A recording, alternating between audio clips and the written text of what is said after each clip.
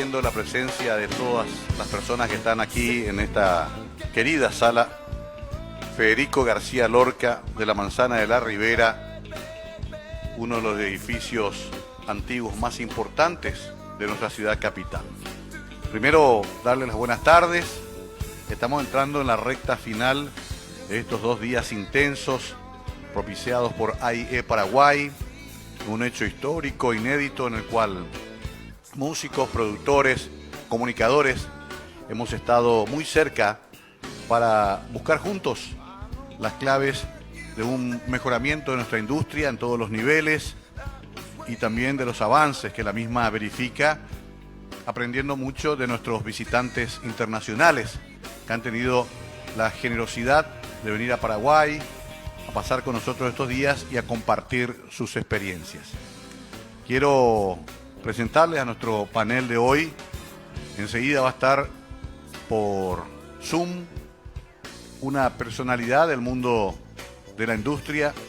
Es director ejecutivo de la premiación, membresía y preservación del Latin Grammy.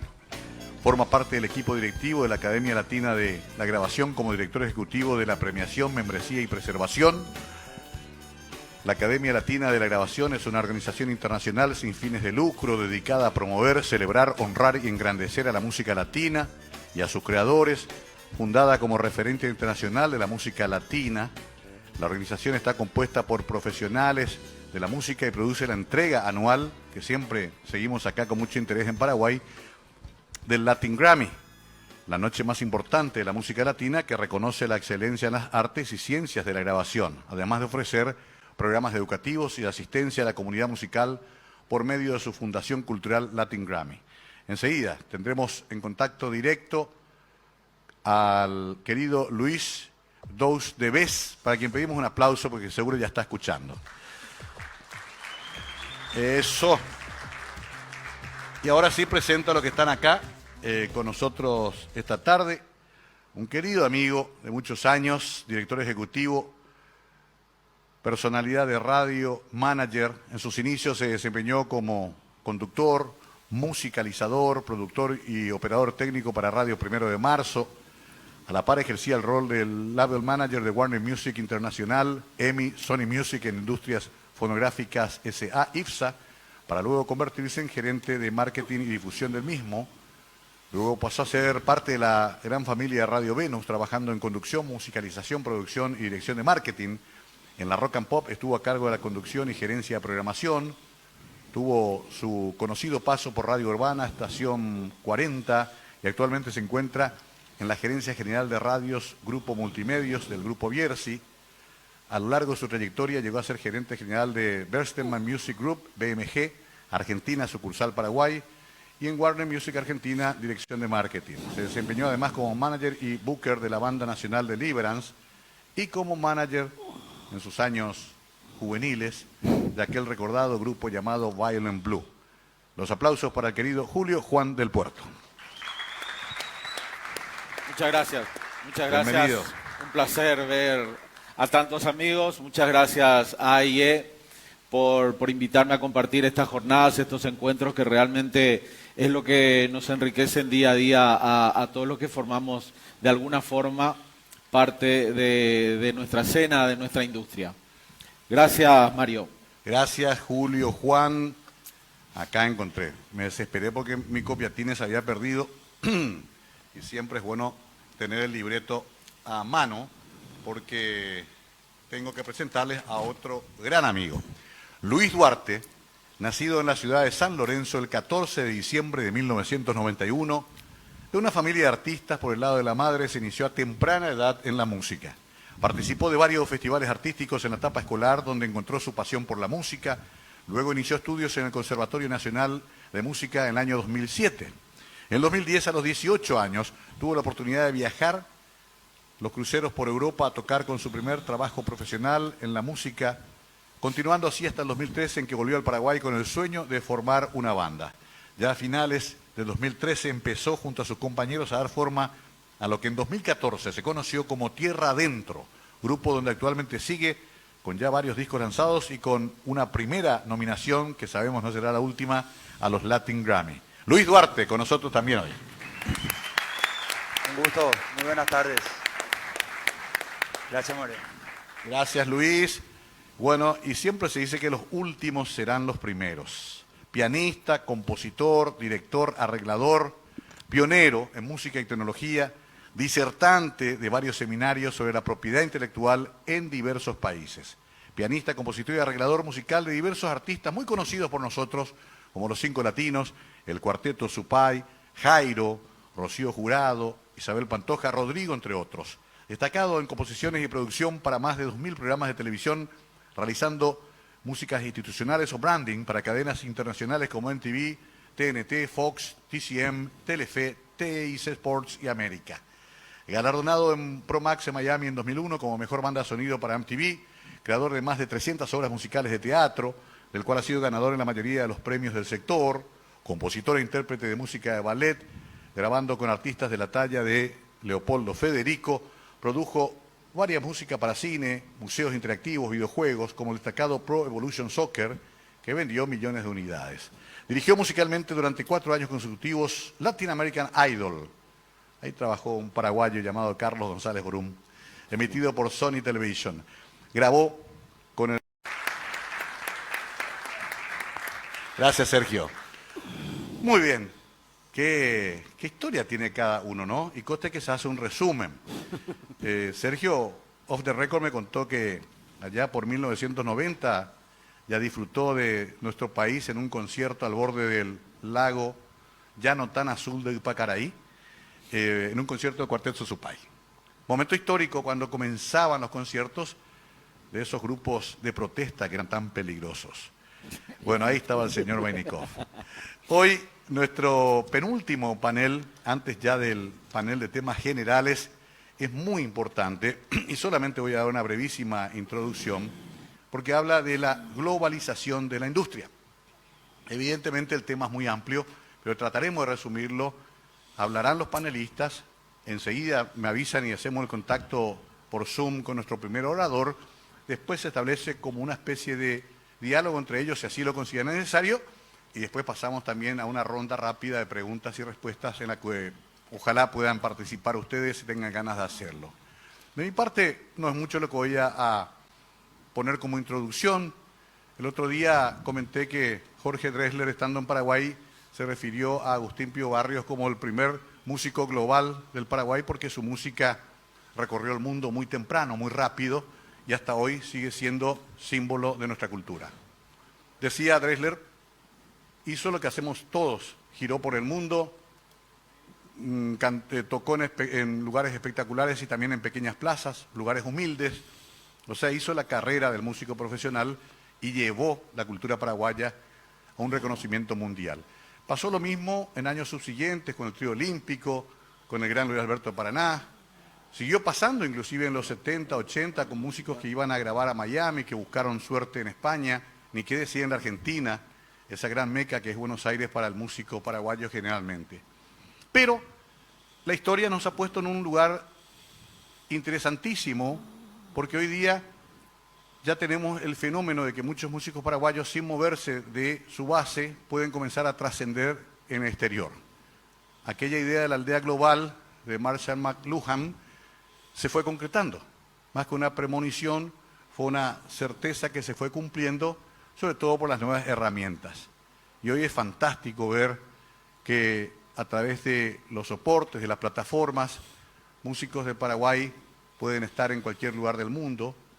Se puede ver también hoy que sin viajar muchos músicos aportan inclusive su talento a otros músicos de otras latitudes, de que ya no está esa fantasía tan recurrente de ir a buscar un estudio de grabación que sea apto para una grabación de nivel internacional porque se han uniformado los accesos a la tecnología. Por lo tanto, muchas de las barreras que sufría generalmente un país mediterráneo, una isla rodeada de tierra, decía Roa Bastos, se fueron derribando. Pero claro, esto supone también un compromiso, mayor esfuerzo, más perseverancia, estudio, rigurosidad, por supuesto, exigencias ya de nivel internacional, lo cual es fabuloso también porque cada vez vemos más nuevas generaciones todavía mejor formadas que las anteriores. Los chicos están estudiando, están produciendo, se están esforzando. Hay un gran desarrollo también de la canción femenina, que siempre fue un atributo del Paraguay y que hoy cobra más fuerza con la cantidad de solistas que tenemos. Compositoras, músicas de gran nivel también se han sumado a esta gran esperanza. Dicho esto, entonces, dejo abierta la idea y la reflexión de que más que nunca tenemos la oportunidad de trascender como cultura y como música, como identidad. Lo han demostrado ya Tierra Adentro, lo han demostrado muchos otros nombres que no voy a mencionar para no ser injusto, pero siempre parece que lo mejor está por llegar. Y ojalá sea después de estas charlas tan interesantes de AIE. Dicho esto, si me confirman, vamos a arrancar con Luis. Si está en contacto Luis, me avisan si tenemos o si no esperamos. Bueno, le avisamos a Luis, entonces ya para comenzar a entrar en charla, cada uno dispondrá acá de sus minutos para hablar, ahí podrá tener su conteo. Normalmente Julio Juan habla como Fidel Castro, 4 o 5 horas, después ya se queda tranquilo. No, mentira. Cada uno tendrá sus 20, 25 minutos. Cuando me avisen que esté nuestro amigo desde el exterior, le daremos prioridad porque es contacto por internet, para que no se caiga la señal.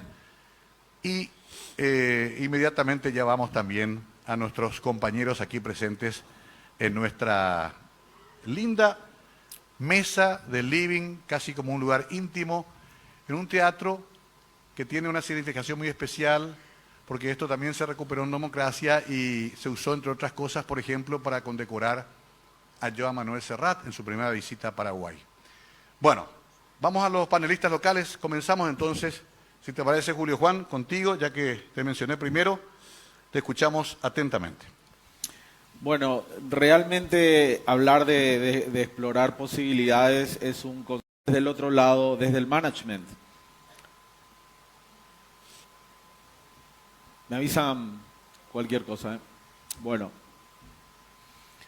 En esa relación a mí me tocó trabajar con personas realmente notables y quiero mencionarles, seguramente ustedes oyeron hablar de Sonia Weiss, que tuve el privilegio de trabajar con una de las personas que yo creo que mejor sintetizaron en ese momento, estoy hablando de 30 años y un poco más atrás, finales de los 80, comienzos de los 90, lo que era la importancia, la jerarquía de un manejador de la banda, de un manager. A Sonia le tocó la oportunidad de vincularse con una de las bandas más populares de aquel entonces, como lo fue Rawhide y Corrosión, que siguió a continuación, que para mí todavía fue un proyecto mucho más ambicioso y mucho más exitoso también. Trabajé con ella en la edición del disco de Corrosión, que fue en el año 92 aproximadamente. Trabajamos en la previa al lanzamiento y luego también posterior al lanzamiento. Sonia, yo creo que fue en aquellos años una inspiración para todos nosotros. No existían prácticamente managers y menos todavía en el rock nacional. Era todo un desafío, era muy inconstante todo. A mí me tocaba lidiar con la continuidad de las bandas a las que manejaba. Hoy estábamos grabando y dentro de 2 meses no sé si íbamos a tener banda o no. Y de hecho, que en el mejor momento de Violent Blue hay una fricción interna en la banda y también tuvimos que descontinuar un proyecto que venía muy bien y al cual ya le habíamos dedicado 2 años de trabajo. Sonia fue una fuente de inspiración para nosotros, realmente sabiendo de lo que tenía en sus manos, ella pensó en tocar su techo a nivel Paraguay y en proyectarse. Comenzó a explorar países vecinos como Brasil, comenzó a explorar Europa y fue una persona muy inquieta que buscó para su banda realmente nuevas posibilidades, nuevos territorios. Es cierto, manejaba un género muy específico como es el metal, que ustedes saben, el metal tiene su propia base de fans. Muchas de estas bandas de esa época fueron de las más populares que me tocó ver acá en nuestro país. Y ya en ese entonces hizo todo. Realmente yo creo que Sonia merece una mención. acaba de cumplirse 30 años de la edición de ese disco que les comentaba. Me llegó una copia del vinilo, que por primera vez se prensó en vinilo, que es un trabajo hermoso que vale la pena tenerlo. Y por aquel entonces me pareció que fue la persona que lideró, creo yo, lo que fue el concepto de buscar nuevos territorios, de no quedarse en nuestras fronteras. Realmente hizo un trabajo maravilloso que creo que hasta hoy sirve de inspiración para todos aquellos que son artistas, que son managers, que son sellos discográficos. Ahí, Julio, te pido un punto. Ya estamos con Luis, volvemos contigo. Muy interesante esa introducción, contando una experiencia tan rica y que recuerdo también perfectamente, porque muchos de los que estamos acá también fuimos protagonistas del comienzo del así llamado rock nacional, que fue un sueño que compartimos entre muchos. Pero está nuestro invitado internacional, el director ejecutivo de premiación, membresía y preservación de los Latin Grammy, Luis Dous de Bes. Les quiero pedir que repitamos el aplauso para que lo escuche bien lejos.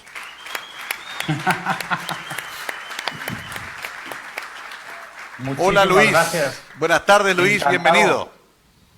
Encantado de estar aquí con ustedes. No sé si me escuchan bien. Perfectamente y muy interesados en lo que puedas contarnos, Luis. No, por favor, encantados. Miren, mil disculpas primero porque parece que la tecnología nos está jugando, pues esos duendes de la tecnología a veces no nos funcionan. Escuché la primera parte de la presentación, pero muy cortado, muy cortado. El audio estaba bastante malo, así que lamento no poder comentar sobre lo que ya se ha dicho, pero pues encantado de estar aquí, encantado de poder participar. Lamentablemente para nosotros acá en la academia es una temporada bastante complicada y no pude estar personalmente allá, aunque...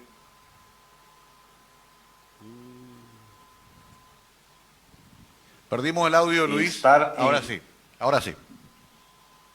¿Me escuchan? Ahora perfectamente. Se fue un ratito el audio, pero ya lo recuperamos.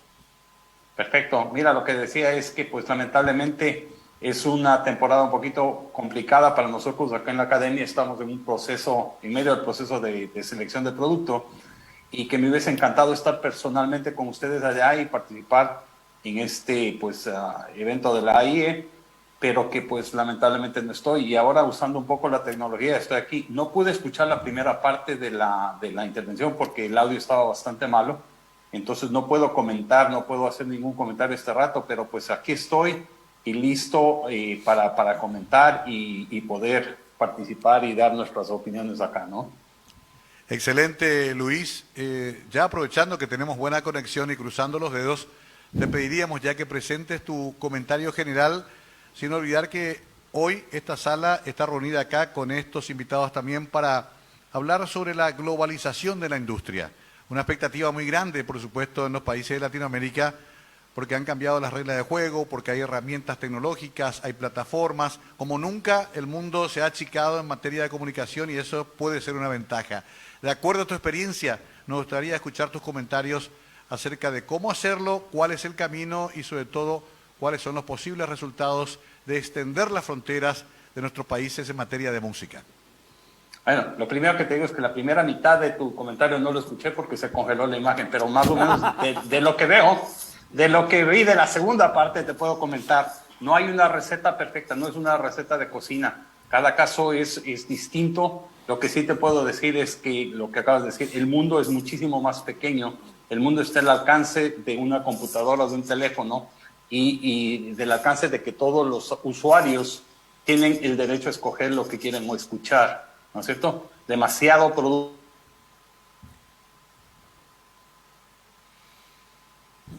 está usando, pues es la herramienta de uso ahora, y vemos que la tendencia a lanzar comercialmente sencillos, canciones y ya no mucho de álbums es lo que se hace ahora, ¿no es cierto? Muchísima gente está tratando, muchísimos artistas o disqueras, vemos lanzamientos cada 3, 4 semanas del mismo artista y es una avalancha de producto que muchas veces nos abruma de ver cuánto producto se está haciendo, pero a la vez nos da muchísima alegría ver de que la industria de la música, la parte creativa de esta industria está muy activa, muy activa. Como ejemplo, te digo, el año pasado nosotros recibimos más de 20,000 productos para participar en los Latin Grammys. Este año, te digo, estamos terminando el proceso, hemos recibido más de 18,000 productos.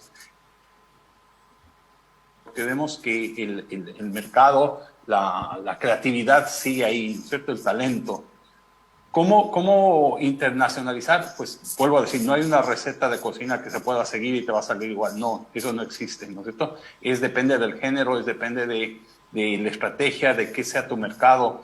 Si alguien quiere o piensa que se puede comer toda la región de un solo bocado, no va a funcionar, no va a funcionar. Hay que tener claros objetivos de mercadeo, hay que tener una campaña clara de mercadeo y saber cómo llegar en cada país es distinto, quiénes son los influencers, quiénes son los jugadores más activos de cada país, para saber cómo llegar a ese mercado.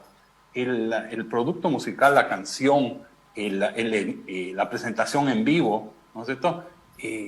Depende muchísimo de cuál es tu mercado y cuál es tu objetivo, así que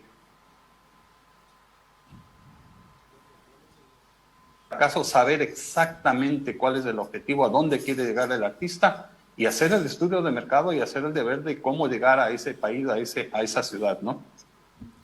Bien, voy a abrir la jugada para que también los panelistas pregunten. Sergio, vos que sos el más experimentado acá, no digo el más viejo, el más experimentado, te entrego el honor. Adelante. Más que hablar precisamente de lo que está hablando él, es una buena reflexión, me parece, de la diferencia entre la virtualidad y la realidad. O sea, esto que está pasando hoy día aquí demuestra que todavía los seres humanos no estamos aún capacitados para tener ese contacto como que tuve anoche escuchando al maestro con Tierra Adentro, que fue una cosa maravillosa ese punch, y tratar de escuchar al maestro desde allá, que no podemos mantener una conversación de hilo a través de que todo, cuando hablemos dentro de un ratito de plataformas y todo eso, esto que está pasando es una buena jugada, una buena metáfora del destino para poder hablar un poco después de lo que tiene que ver con las plataformas y lo que es la música en realidad, que es un sentimiento humano incambiable por nada. Gracias, Sergio. Luis. Un gusto, Luis. Para mí escuchar todo lo que estás comentando es muy importante y creo que también para todos los presentes. Y decías, Mario, para hacer unas consultas también, ¿verdad? Sí. Perfecto. Yo creo que es una información de que todos los que están presentes por ahí les interesa de saber un poco. Ahora comentaste que estaban en el proceso de selección de materiales. ¿Y cuál fue el proceso anterior a esto de la inscripción de los productos? Que es algo por lo cual nosotros ya hemos pasado también, pero creo que es una información que sirve mucho a la industria aquí. De los procesos para presentar un producto a la academia. Perfecto, si quieres lo explico así muy brevemente para no robar mucho tiempo del panel. Este es un proceso que dura aproximadamente 9 meses. Empezamos en el mes de febrero de cada año. En membresía tenemos más de 5,000 miembros en 43 países a que registren el producto que crean ellos que es merecedor de participar en un proceso para Latin Grammy. Adicionalmente a eso, tenemos alrededor de 400 casas disqueras registradas con nosotros que también pueden registrar ese producto. Tenemos 53 categorías, 4 categorías generales que son para cualquier género de música, que son álbum del año, grabación del año, canción del año y mejor nuevo artista. No importa el género, pueden participar ahí. Y después tenemos 49 categorías específicas que son de cada género pues, específico, lo que es tropical, lo que es rock, lo que es urbano, lo que es alternativo, folk, flamenco, tango, o sea, son 49 categorías más. Se registran en 2 rondas de inscripciones y el periodo para ser elegible es que el producto debe haber sido lanzado comercialmente entre el 1 de junio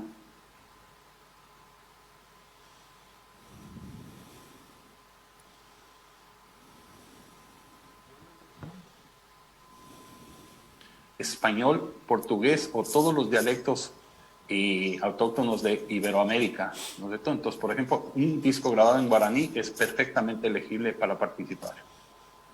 Básicamente ese es el primer proceso. Una vez que terminamos eso, vienen lo que estamos justamente ahora, los comités de revisión, que lo que se van a reunir aproximadamente 250 expertos en música de toda la región, es a definir que los productos estén registrados en las categorías correspondientes, que un álbum de música infantil no esté registrado en urbano, o que un urbano no esté registrado en tropical o en alternativo.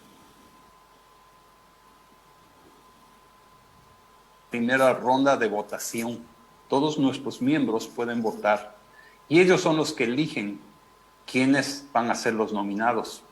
De las 53 categorías, cada miembro escoge y solo puede votar en 19. No pueden votar en todas, máximo en 19. 4 generales y 15 específicas.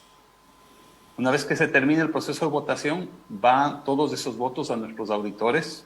Ellos hacen su tabulación, nuestros auditores de una firma internacional que se llama Deloitte. Ellos hacen la tabulación y nos entregan los más votados. Van a ser revisados por un segundo grupo de comités de miembros votantes de la academia para solamente corregir cualquier error que se pueda tener en la votación, de que no haya empates, de que no haya un tipo de manipulación en la votación. Pero básicamente es eso, y de ahí los más votados son los 5 nominados de cada año. 5 nominados en las categorías específicas y 10 nominados en las categorías generales. Una vez que se anuncian los nominados, vamos a una segunda ronda de votación y todos esos miembros votantes escogen un solo persona, un solo ganador, que entrega los sobres de los ganadores el día en que se anuncian los ganadores. La academia nunca maneja un voto, nosotros no sabemos los votos, no sabemos quién y cómo ha votado y por quién ha votado. Y el día del show, las personas que van a la tarima son los que abren los sobres y anuncian los ganadores. Una vez que terminamos eso, verificamos créditos y más o menos un mes después cada ganador recibe su estatuilla. Entonces, así en síntesis, espero que suene un poquito complicado, pero no es complicado, es muy fácil el proceso. Muchas gracias, Luis. Y bueno, finalmente, antes de pedirte una conclusión, Luis, quiero también pedirle a Julio Juan del Puerto algún comentario o pregunta que quiera formular. Adelante, Julio. Luis, mucho gusto, un placer compartir esta mesa con vos. Encantado, mío. Ya que estamos hablando de globalización, la globalización que se ha producido en estos últimos 10 o 15 años, sobre todo con la llegada y la instalación de nuevas opciones para difundir y darse a conocer, ¿qué cambió en la distribución de los premios Grammy a nivel de territorios o industrias? Sabemos que siempre Estados Unidos fue un mercado importante, México también, en menor medida España, Argentina y otros países, Colombia. Hoy hay mercados emergentes gracias a la globalización. ¿Cómo lo perciben ustedes? Pues fíjate, es interesante, como te dije, nosotros tenemos 5,000 miembros en 43 países, ¿no es cierto? Y para nosotros cada miembro es un voto y cuenta exactamente igual los votos de los miembros en los mercados grandes, los tradicionales, como los emergentes. Lo que sí es importante pensar para nosotros es que pues todos los mercados merecen su respeto y tienen sus propias, desde propias leyes a sus propias culturas y sus propios comportamientos. Entonces el respeto de todos los mercados para la academia es importantísimo. El presentar 53 categorías que podrían haber sido un poquito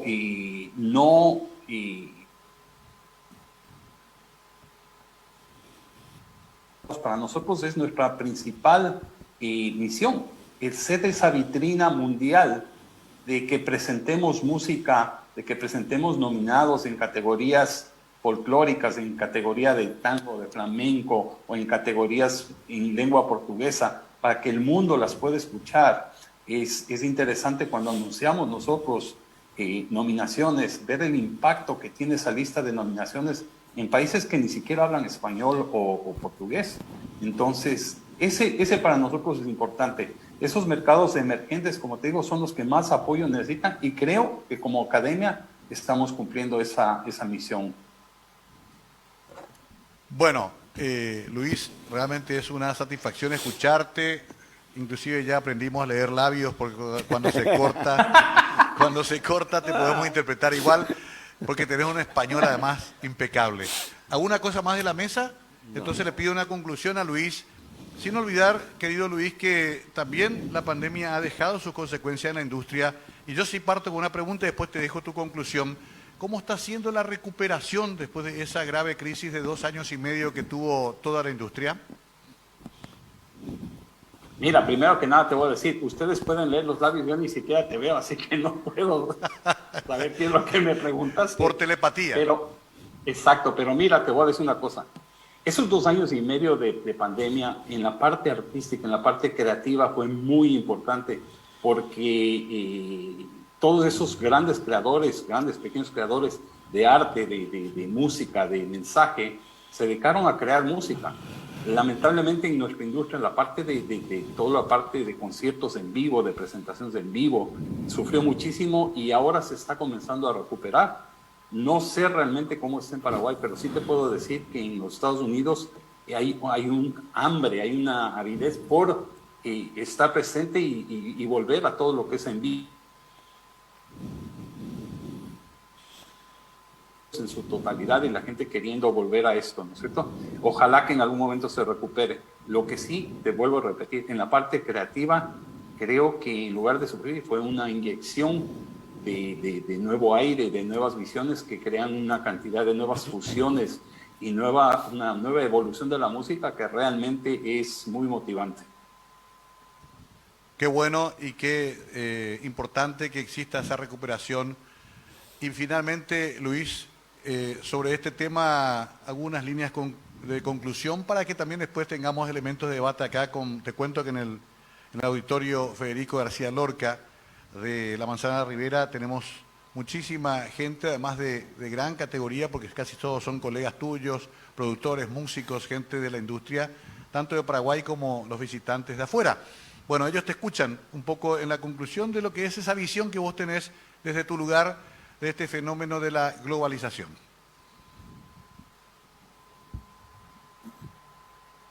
Muchísimo gusto y de nuevo, lamento no estar con ustedes allá. Ojalá en la próxima sí pueda acompañarlos.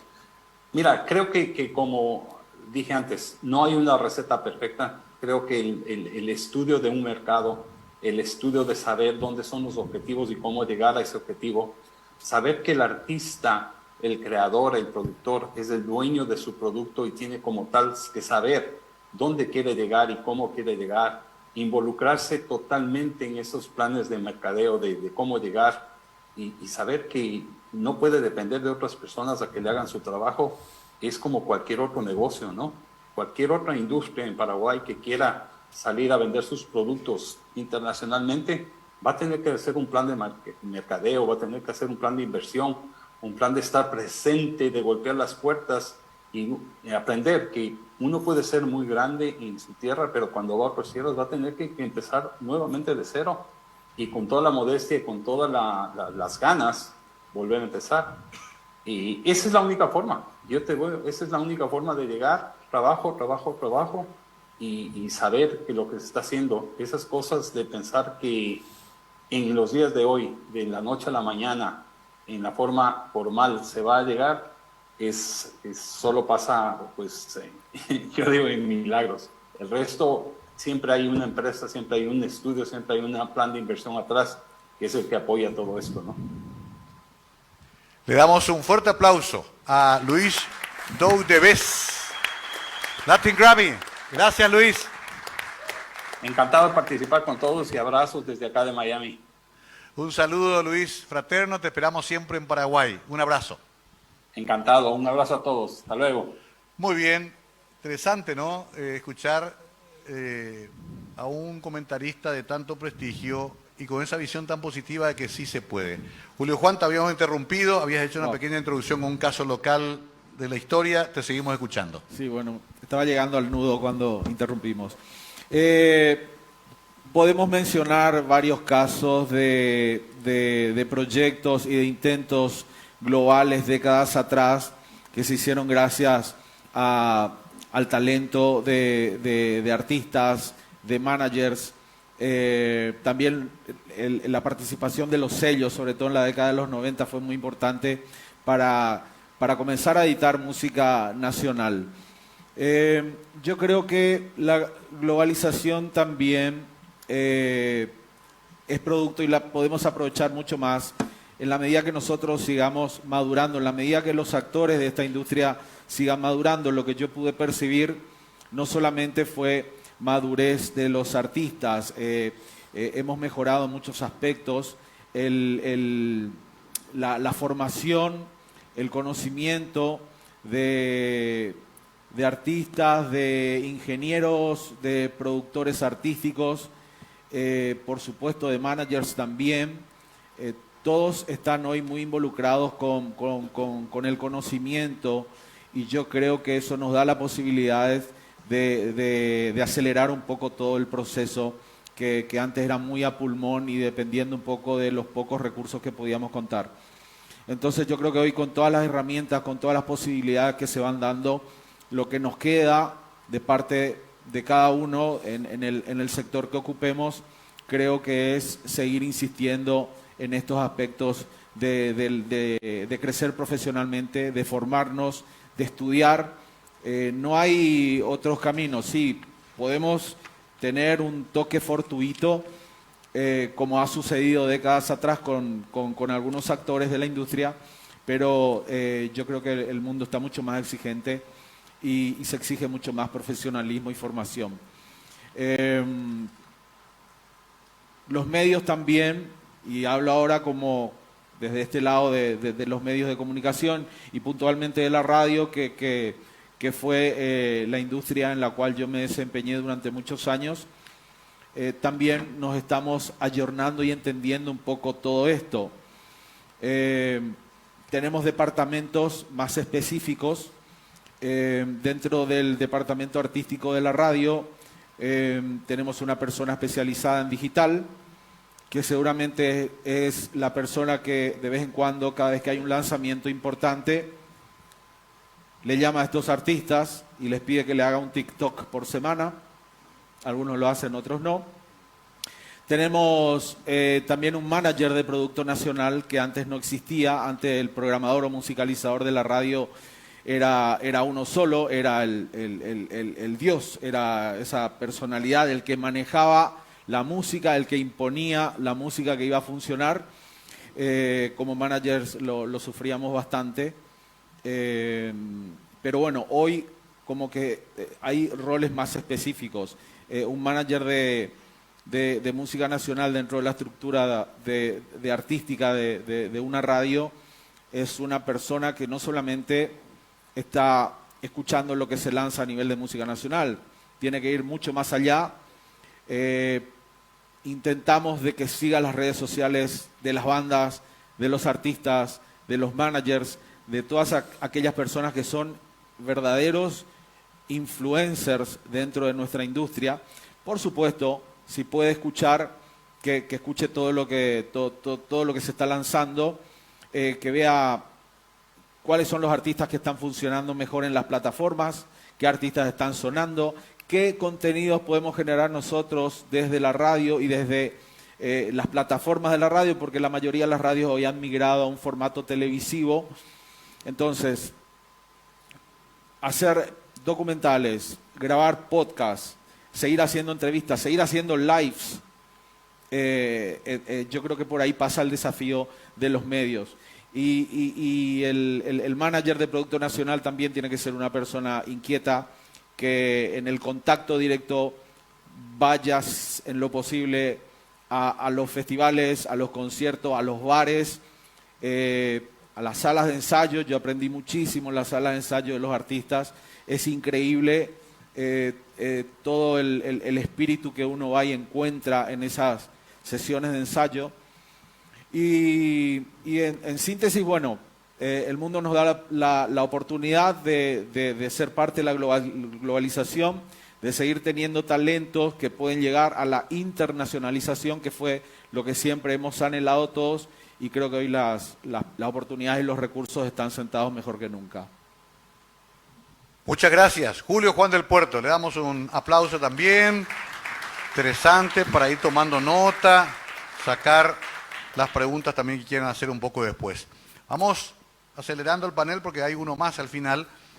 Además, después viene una merienda, imagino. Estamos bien servidos acá. Luis Duarte, te escuchamos atentamente.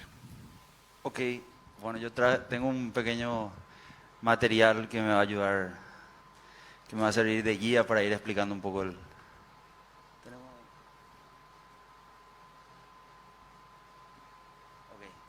Ya, hombre, bueno. Perdón, Luis, quiero aclarar que se está transmitiendo en Facebook Live y estamos en streaming, así que nos ve todo el país. Perfecto. A compartir. Bueno, muy buenas tardes. Yo soy Luis Duarte, soy músico y compositor. Soy parte de una banda musical que se llama Tierra Adentro. Una banda que arrancamos en el año 2014. Bueno, somos un grupo de amigos que creo que esa fue la base y la esencia de todo. Bueno, como banda, allá en el 2014 fue súper importante para nosotros en un momento dado decir, aparte de encontrarnos, saber cuál era el factor que un poco nos unía a todos. Y analizando un poco eso, nos dimos cuenta de que lo que teníamos en común, los 5 integrantes, era de que habíamos viajado a trabajar con la música afuera, de alguna manera, con diferentes estilos de música, en diferentes formatos de entretenimiento, ya sean barcos de crucero, hoteles, teatros. Cada uno de los compañeros ya tenía esa experiencia.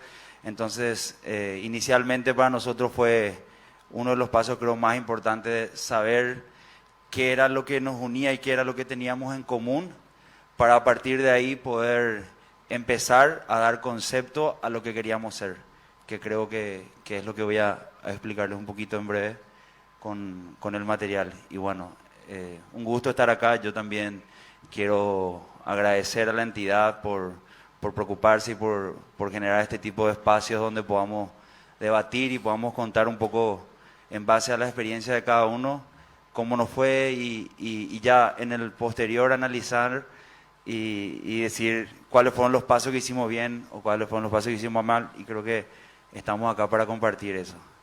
También quiero decirles que haber hecho lo que hicimos o pasar por esos procesos,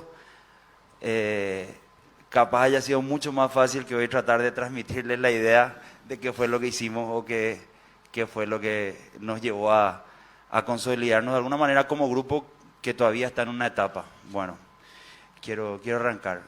Quiero hablar sobre el proyecto. Tengo un par de ítems ahí que me van a ayudar a definir un poco la idea de lo que somos y de lo que queremos, y al final ver si da un poco de respuesta a lo que trata este panel, que es la globalización de la música, de la industria. Bueno, consolidar el proyecto para nosotros fue, como les estaba explicando, el primer punto clave y el punto en el cual necesitábamos sincerarnos como equipo de trabajo, como compañeros, como amigos, para entender primeramente quiénes somos, qué hacemos, qué queremos hacer. Nosotros en ese momento tomamos la decisión de formar el grupo en una consecuencia ya de haber trabajado en varios eventos privados acá en la industria nacional. Uno de los primeros escenarios creo que vamos trabajando son las fiestas, los cumpleaños, que nosotros arrancamos así sin nombre, como que llamándonos, estirándonos para decir vamos a tocar acá, salió este evento. Empezó un poco con esa energía el proyecto, hasta que en un momento dado nos sentíamos bien tocando juntos, nos sentíamos bien compartiendo fuera del escenario, que creo que es algo que es muy importante, es ser felices dentro y fuera del escenario con tus compañeros, creo que es clave. Y en ese momento nosotros pensamos en consolidar el proyecto, en darle un norte. El norte viene todavía después, pero darle como que un concepto a qué éramos, qué somos. Y como les contaba, teníamos en común que todos habíamos trabajado afuera, que todos sabíamos que la música paraguaya, y todos tocábamos música paraguaya afuera, la música paraguaya afuera funcionaba muy bien en el mercado de los europeos, de otros segmentos que ni conocían. Ellos se quedaban súper contentos cuando tocábamos canciones tradicionales. Y bueno, desde eso nos pasó un poco a todos los compañeros antes de juntarnos. Entonces nosotros nos juntamos y hablamos de qué íbamos a hacer. Teníamos una frase que uno de los compañeros siempre decía en los shows en vivo, como tratando de dar un concepto a lo que hacemos, que era: nosotros somos un grupo de folclore que hace un homenaje a la música que nace tierra adentro. Empezamos a decir eso como un concepto del show para poder pasar con el repertorio por distintos países, por distintos ritmos folclóricos. Le dimos ese concepto y sin querer en una juntada que hicimos una vez con los compañeros que están allá presentes, parte de la banda y del equipo, en una lluvia de ideas uno de los compañeros tira Tierra Adentro como nombre del proyecto y era algo que veníamos diciendo pero a nadie se nos había ocurrido y en esa lluvia de ideas nació eso y ahí todos los compañeros, sí, esa es, y estábamos como que muy de acuerdo porque ya lo veníamos escuchando, ya estábamos familiarizados y creíamos también que podía envolver el concepto de lo que nosotros queríamos hacer, que era música folclórica. En ese momento teníamos la gana de hacer música folclórica latinoamericana, dando un énfasis más fuerte en la música paraguaya. En ese momento, tomamos la decisión, nos comprometimos como compañeros, creo que es un punto muy importante, más en nuestra experiencia como banda fue clave siempre desde el día cero, hablar con sinceridad, ser claros en los tratos que vamos a tener y por sobre todo en la proyección, porque es lo único que te sostiene a la larga. Entonces ese fue el primer paso nuestro de consolidar el proyecto. Después fuimos a la siguiente etapa, que fue la de definir lo que nosotros queríamos lograr.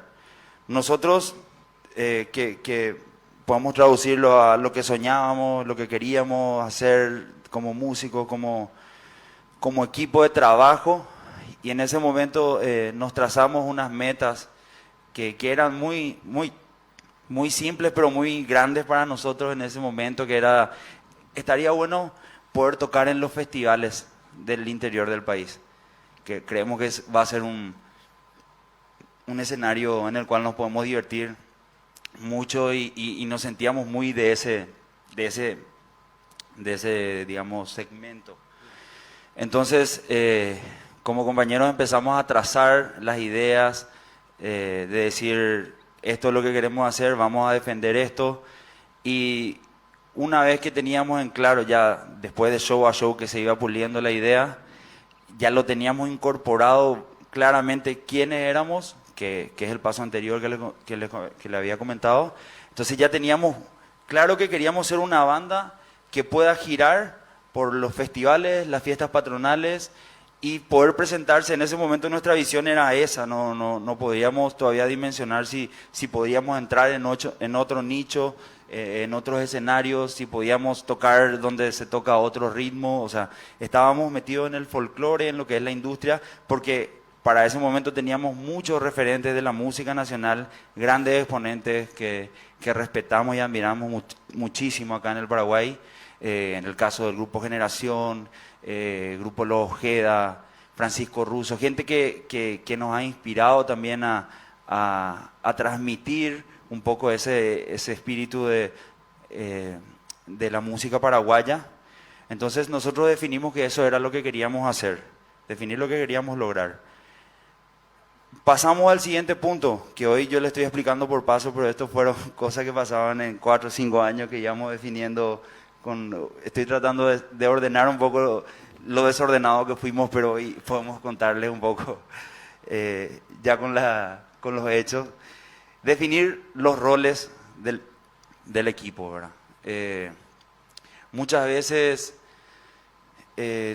tenemos la impresión de que nuestra idea o nuestra manera de encarar las cosas es la correcta, y ahí creo que juega un papel importante el de definir los roles. Nosotros como grupo abrimos el corazón y con toda sinceridad entendimos quién era capaz de llevar adelante mejor ciertos roles que nos iban más adelante o posicionar o no. Entonces, en ese momento como compañeros dijimos, por ejemplo, en la dirección musical está mi compañero Rodrigo Pereira, que es un músico increíble, que ya ha producido muchas bandas nacionales que han tenido éxito, y que es un gran músico y que por sobre todo tenía la energía como para poder llevar adelante ese rol. Tenemos a Ariel Escurra, que es un compañero que es un multiinstrumentista que toca todo y que sabíamos que él en la parte instrumental de pasar los arreglos de instrumento por instrumento era el que con más digamos, propiedad podía defender todo eso. Nuestro compañero, otro compañero que se llamaba Beto Barrios, que está presente acá, que es el baterista, él era el que más, y sigue siendo hoy en día, transmite, digamos, la energía de grupo y la unión de los encuentros, de los ensayos, que son factores importantísimos para que el proyecto mantenga una llama viva, ¿verdad? Porque en ese momento lo único que tenés son entusiasmo de querer hacer algo y es lo único que te mueve a ir adelante. Después está mi compañero Dani Mesa, que es el cantante principal y que siempre supimos y entendimos que era quien mejor transmitía la idea en escenario y frente a la gente de lo que nosotros somos y de lo que queremos ser, y que conectaba de una manera diferente con el público y que la gente le quiere mucho por toda su trayectoria también. Y bueno, entonces valorándonos uno a otro como compañeros, en vez de entrar en una guerra de egos, que suele ser un problema en las grandes bandas, entendimos que cada uno tenía un rol que cumplir y que cada uno tenía un potencial gigante en algo en específico que sumaba muchísimo a la banda. Entonces en ese momento ya una vez que la banda tenía como que una estructura, nos dimos cuenta de que teníamos que crear un plan de trabajo, ya pasar al siguiente punto, que era a dónde íbamos a ir. Ahí nos encontramos con que el equipo de trabajo tendría que ser más grande para todas las cosas que hay que hacer para que un proyecto funcione, como la gestión, como el marketing, como el audiovisual, el ingeniero de sonido, que nuestro ingeniero de sonido se llama Iván Fernández, que es alguien que estuvo desde el primer momento con nosotros en la dirección técnica, que fue para nosotros clave en nuestro camino. Y bueno, en la parte de la gestión estuvieron otros compañeros también al inicio. Hoy en día está mi compañero Fran Silva, que es el manager, con quien siempre hemos manejado, digamos, las ideas de manera fría, por decir así, nosotros los soñadores, y la parte más estructurada la dejábamos a cargo. Entonces, en ese momento, para crear el plan de trabajo, teníamos que agrandar el equipo de trabajo. Hicimos eso siempre confiando y siempre buscando gente que, más allá de un beneficio económico, esté buscando hacer algo más que eso.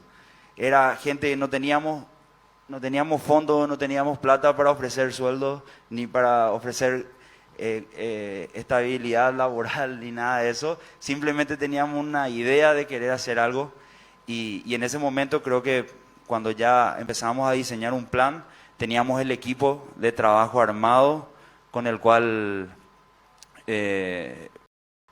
deseábamos salir ya a la cancha, ¿verdad? Nosotros nos fijamos plazos y etapas en el proyecto, que creo que acá hay una parte muy, muy clara donde también quiero contar un poco alguna anécdota y la experiencia de la banda con respecto a entender que hay que fijar un tiempo en el cual vamos a aguantar y a sostener y a quedarnos firmes en el plan que tenemos. Así sea, nos pusimos un año para un proyecto, un año vamos a trabajar en eso, así sea que no pase nada en los un año o que en el mes 11 se haya dado el resultado y el proyecto haya funcionado. Porque en la industria de la música y hoy en la industria nacional podemos ver claramente que no hay, como ya lo mencionaron los profesionales, no hay nada escrito, no hay una varita mágica, solamente hay una posibilidad de que tu plan funcione, pero el tiempo no te lo determina nadie, ni se puede garantizar. Entonces entendimos que fijar los plazos, o sea, vamos a trabajar 2 años, bueno, 2 años en estas etapas. ¿Cuáles son las etapas? Preproducción, vamos a ir a marketing, o sea, entender dónde estamos parados en cada paso, porque la ansiedad que siempre tenemos los músicos, los artistas, a la hora de hacer algo, de presentar algo, es muy grande, que ahí es donde creemos que el equipo juega un rol fundamental para entender cuál es el momento, cuándo lo vamos a hacer. Y bueno, en ese sentido siempre hemos trabajado nosotros muy, por lo menos tratando de ser organizados para no desesperarnos a la hora de no ver resultados principalmente. Y en este paso de, cuando estábamos grabando, les quiero comentar un poco una anécdota. Nosotros tuvimos la posibilidad de ir a Estados Unidos a tocar la primera vez en el año 2017.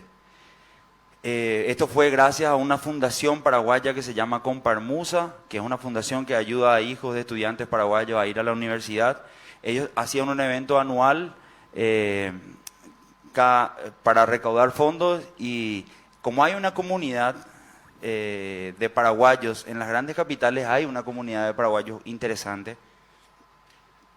En ese momento empezábamos acá a tener un poco más de espacio en los festivales y nuestro nombre empezaba a sonar un poco.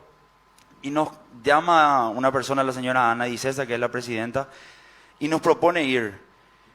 Nosotros no teníamos ni idea de que eso podía pasar, pero en ese momento esa oportunidad nos abrió los ojos de entender capaz que para empezar a salir afuera teníamos que fijarnos en dónde estaban los mismos paraguayos que saben que nuestra música está funcionando acá y que están al día de lo que está pasando en la industria nacional. El primer paso que podemos dar es tratar de apuntar a dónde están nuestros compatriotas, donde podemos dar, gracias a ellos, un primer paso de ir a llevarles música y en ese momento se nos dio en el 2017 esa oportunidad. Nos fuimos a Nueva York, hicimos una gira muy increíble y conocimos a muchos amigos ahí que ya en el año siguiente, en el 2018, en la próxima gira, a través de un amigo nuestro que es de San Lorenzo, un amigo ahí de infancia, nos dice: hoy vamos a ir a un estudio ahí en Times Square, si quieren conocer, para mirar. Y todos los muchachos, sí, vamos, o sea, soñadores como nosotros solos. Nos fuimos, conocimos a un productor al quien le mostramos una canción que teníamos pensado buscar productor, o sea, buscar un productor musical a esa canción. Esa canción se llama Soy Latino, hoy en día ya salió, pero en ese momento era un sueño. Y él nos dice: hay un amigo que les puede dar una mano, que es un venezolano, que había producido este artista.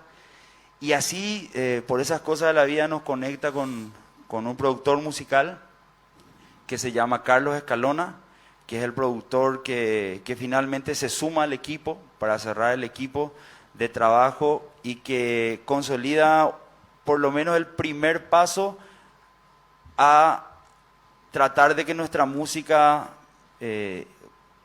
busque o entre a otros mercados.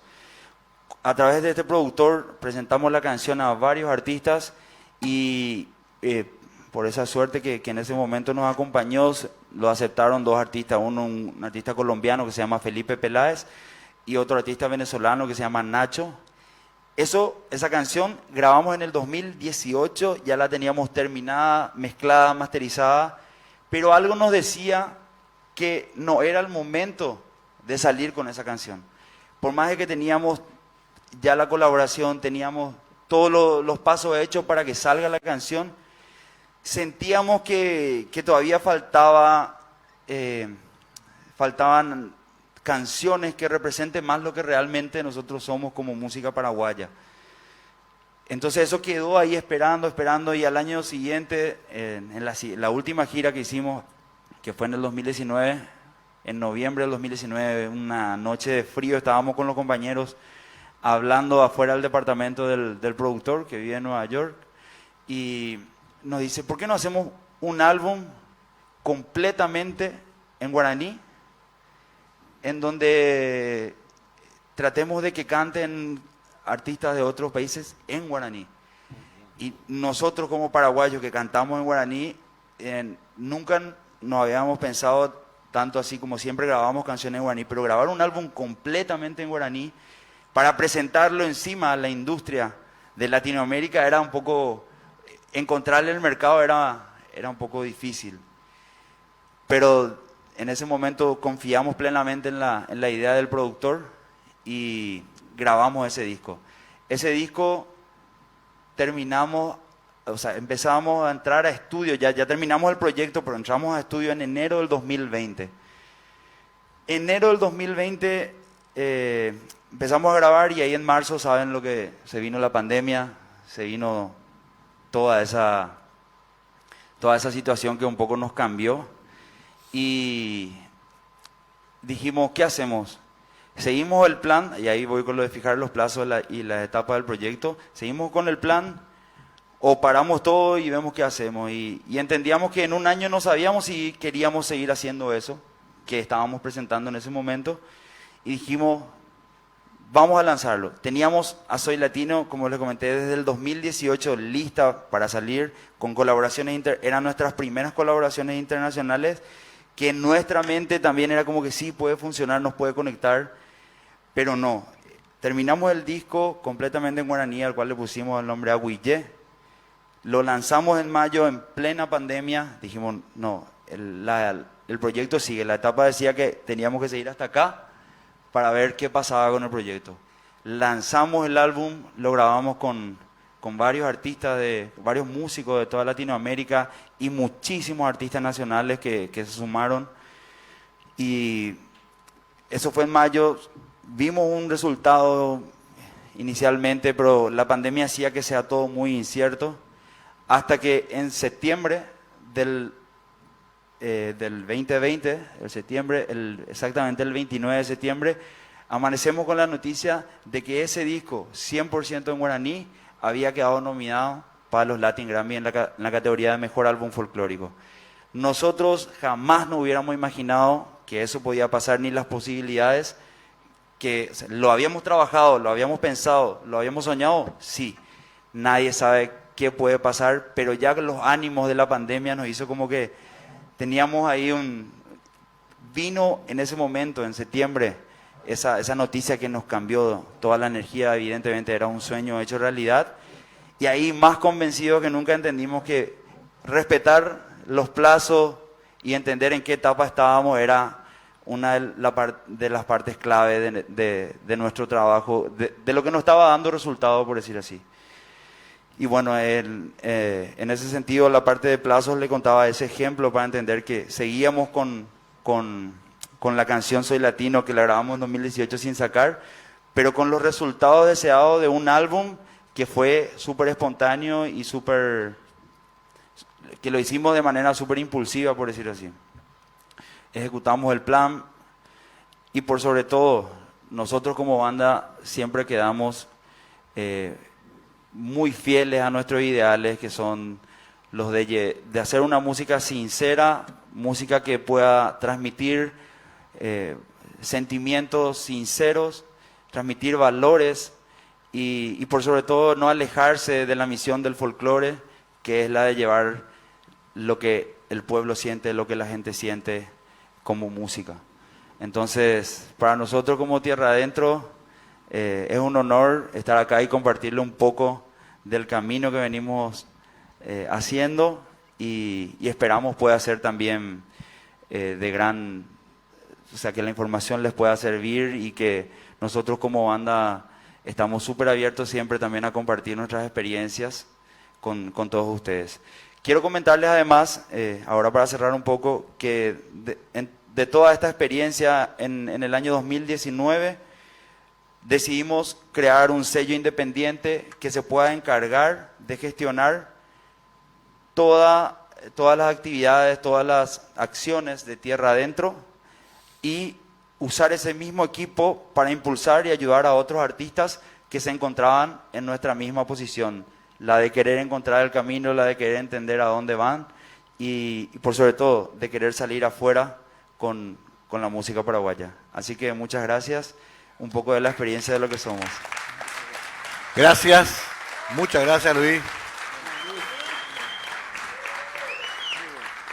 Riquísima experiencia, útil y apasionante de escuchar una vez más, porque lo que contó Luis es la concreción de un sueño de muchísimos músicos de nuestro país.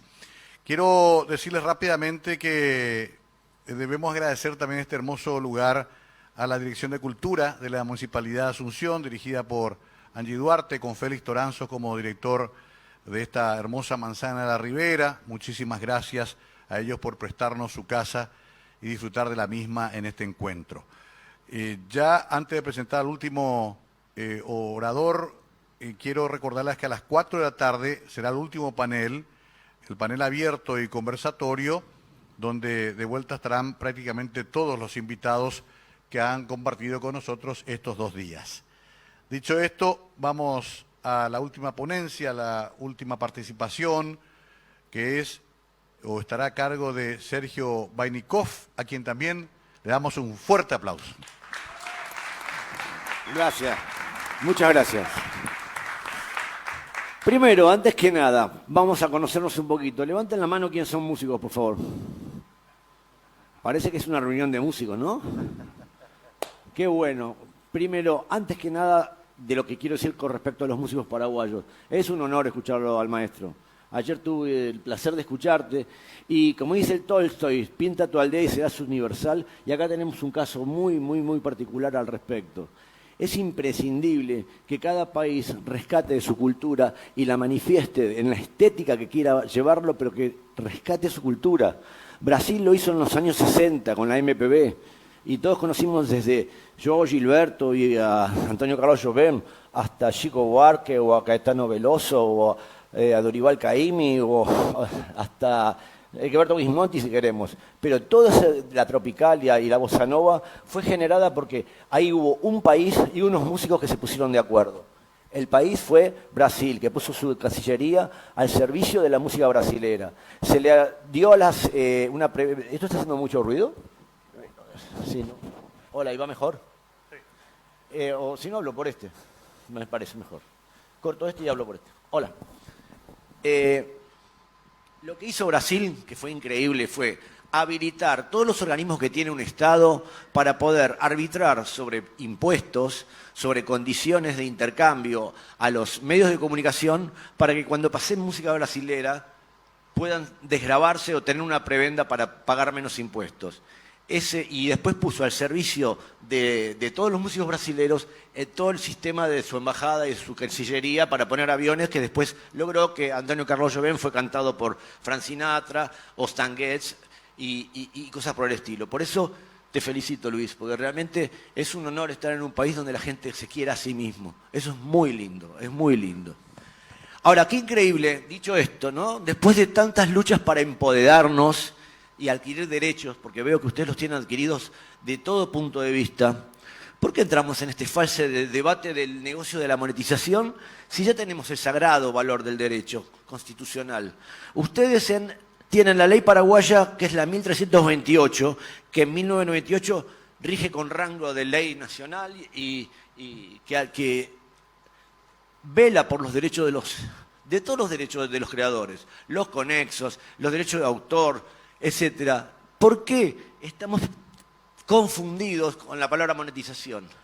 La palabra monetización, más que nada, es un neologismo para tratar de reemplazar en una empresa privada que puede desaparecer como las empresas de criptomoneda en pocos días o en pocos años, lo que es un derecho constitucional que es para el país, que democráticamente lo va a preservar por años. Y acá ustedes con AIE, que tienen una cantidad de trabajo ya montado, tendrán que estar apoyando eso y orgullosos de eso, porque lamentablemente las plataformas, que ahora quisiera empezar a hablar un poquito de esto, hacen todo lo posible para confundirnos.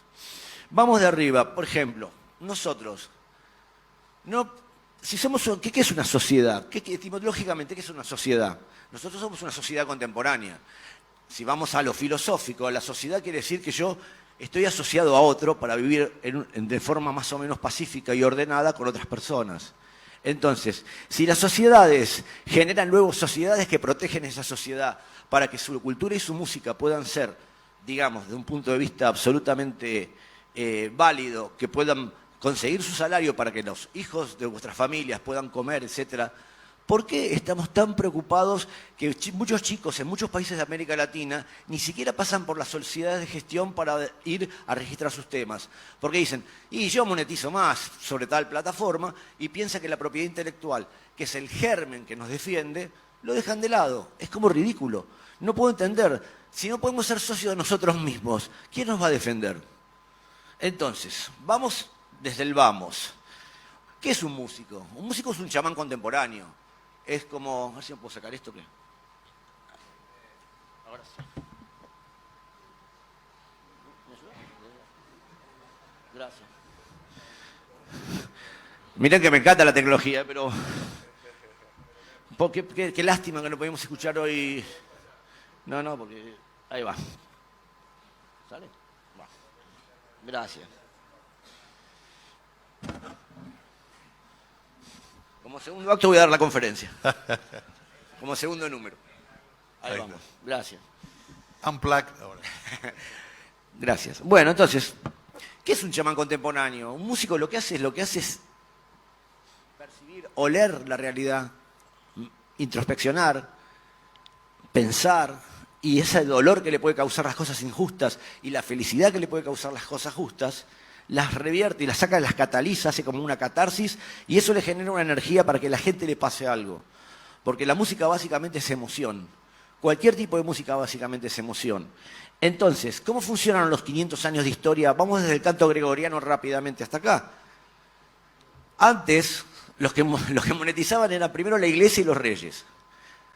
Porque la música era música eclesiástica, cuando Bach, Händel o Vivaldi trabajaban para las iglesias, o cuando Mozart y Haydn y de ahí para adelante trabajaban para las cortes. ¿Por qué la música de cámara era música cortesana? Porque era para pocos instrumentos. Porque en realidad tocaban solamente una élite que tenía el derecho de poder escuchar músicas. Todavía los juglares no es nada por la vida, y la iglesia tenía los órganos y la cantidad de disponibilidad económica para poder darle de comer a esa gente para que puedan trabajar para ellos.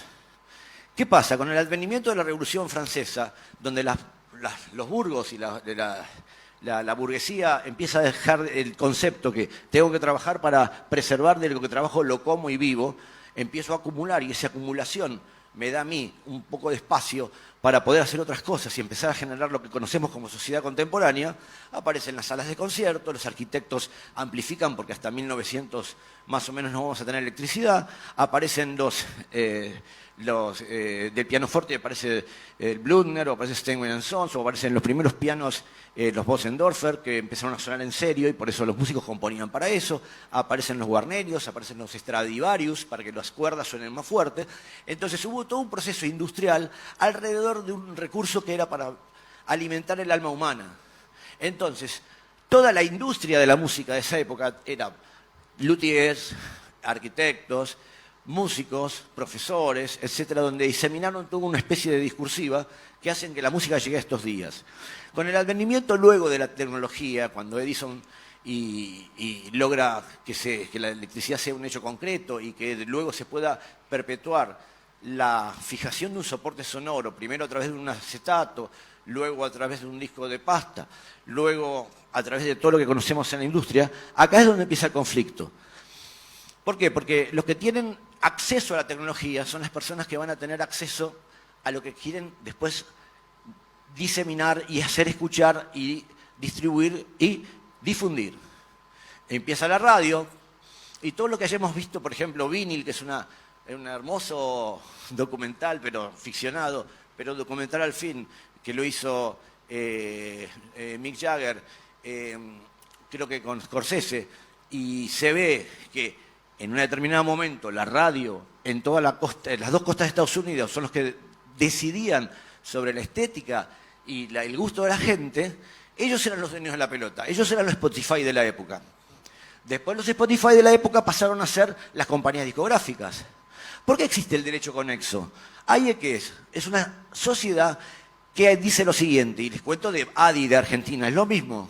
Si yo tenía un lugar público en donde venía una persona y tocaba el piano o cantaba, o las películas tenían esa música de fondo, que había alguien como músico en vivo y tal, como música en vivo, cuando empezaron a ver un sustento en donde el soporte fonomecánico podría servir para poder pasar música de un lado para el otro, empezaron a sacarle el trabajo a la gente. Empezaron a decirle, las confiterías que tenían que está bailable, dijeron no, ahora vamos a poner un disco. El poner un disco significa no sé si acá como era en Paraguay, Agustín, pero en Argentina decía prohibida su reproducción total y parcial, prohibido absolutamente su uso público, copia únicamente para uso privado. De ahí viene la ley de la copia privada. La famosa ley de la copia privada que tienen ustedes, que les da el 60% del ingreso del dinero que tienen para distribuir entre sus socios, tiene que ver con que el soporte donde vas a usar ese archivo digital hoy día musical, paga, los fabricantes de esos soportes o de los teléfonos celulares y tal, pagan a las sociedades de autor o de intérprete el uso de ese soporte. Entonces, vamos a entender por qué ahora, desde que está Spotify, desde que está Deezer, desde que están todo este tipo de plataformas, no podemos cobrar los intérpretes. Porque que yo sepa, casi en el mundo nadie ha podido cobrar. Es muy fácil. Desde disco de pasta, acetato, disco de pasta, disco de vinilo, cassette, magazine, cinta, magazine, minidisc, CD, donde las compañías discográficas se hicieron muy gráficamente, simbólicamente distraídos, porque multiplicaron por 1000 las ganancias, porque agarraron todo el repertorio y lo mandaron a CD. ¿A alguno le llegó guita de eso? Porque a ningún intérprete le llegó guita de eso. Solamente en función de regalía le habrá llegado a algunas pocas personas que pudieron negociar, porque en el cantidad de flujo de dinero que entraba como regalía había más discos vendidos. Pero la regalía para un intérprete siempre fue el 3%. A lo sumo, y te hablo de intérpretes grandes. ¿Por qué? Porque el disco, en ese esquema en donde te tenían que difundir por la radio, el artista quería el show, y para tener un show tenés que tener un disco. Y si tenías un disco te conocían, y si te conocían, lograbas en un punto armar tu circuito de trabajo hasta hacer un show grande. Entonces en ese momento las discográficas lo que hacían era, por un lado, tenían el convenio con las editoriales, que hoy día la editorial no entiendo muy bien para qué objetivo tendría, porque en 1900 o 1870 o 80, Mussorgsky escribía los cuadros de exposición en Moscú y una editorial se lo llevaba a París y lo agarraba a Ravel, y viendo eso, mirá lo que escribió este ruso, qué increíble, y terminó haciendo una pieza alucinante de la partitura más importante de orquesta que existe en la Tierra, una de las más lindas. Entonces, el objetivo en editorial era la difusión en una sintaxis programada, que es la partitura, para que un músico de un lado podía ver lo que había escrito otro y poder interpretarlo. Ok, entonces, las discográficas lo único que querían era que les firmes el 25% en los países con derecho a autor, no los países con copyright, que eso lo había explicado antes, porque el país que tiene copyright te obliga a que vos le cedas el derecho. Nosotros no podemos ceder el derecho. Nosotros tenemos una normativa que nos permite intentar, de alguna manera más o menos legislada o adecuadamente más o menos sinqueada, en donde se pueden llevar hasta el 25, hasta el 32 pueden llegar a llevarse. Entonces, la discográfica, para que vos grabes, te sacaba el 25% de tus ganancias para amortiguar sus costos de grabación. Y después de eso, con todo respeto a mis queridos amigos de las discográficas, pero un poco es eso, vamos a hablar las cosas como son. Porque quiero entender por qué miércoles nos quieren que nuestras familias coman de la plata que están recaudando con Spotify, con YouTube y ese tipo de cosas. Si alguna vez alguien me lo puede explicar, porque no me lo ha podido explicar ni el gerente general de contenidos de YouTube, ni la directora general de Spotify. No entiendo por qué. Pero seguimos con esto. Entonces, digamos, ya entendimos que sentido común, si todo lo que dije es grabación, así como en los medios de comunicación, ¿por qué no podemos comparar ni los podcasts ni el streaming? Sí, Radio Galena, Radio AM, FM, Radio AM, Radio Onda Corta, Radio AM, Radio FM, después viene el streaming, podcast, etc. Así es lo mismo, es radio. Es una acción de comunicar algún tipo de acontecimiento a través de la palabra y que está reflejado a través de llamadores, música incidental o cortinas, música que alguien la hace y de alguien es. Más pasar música por ahí como parte del contenido que necesitan estas plataformas para que esa plataforma tenga sentido y la gente lo escuche. Entonces, ¿por qué no podemos cobrar los intérpretes eso? Quisiera que alguien me lo explique, ¿no? Entonces, si estamos hablando del sentido común, todo esto es comunicación pública. Y la comunicación pública, desde la OMPI, desde todo tipo de... Doctor, usted no me va a dejar negarlo, es como la comunicación pública se debería pagar.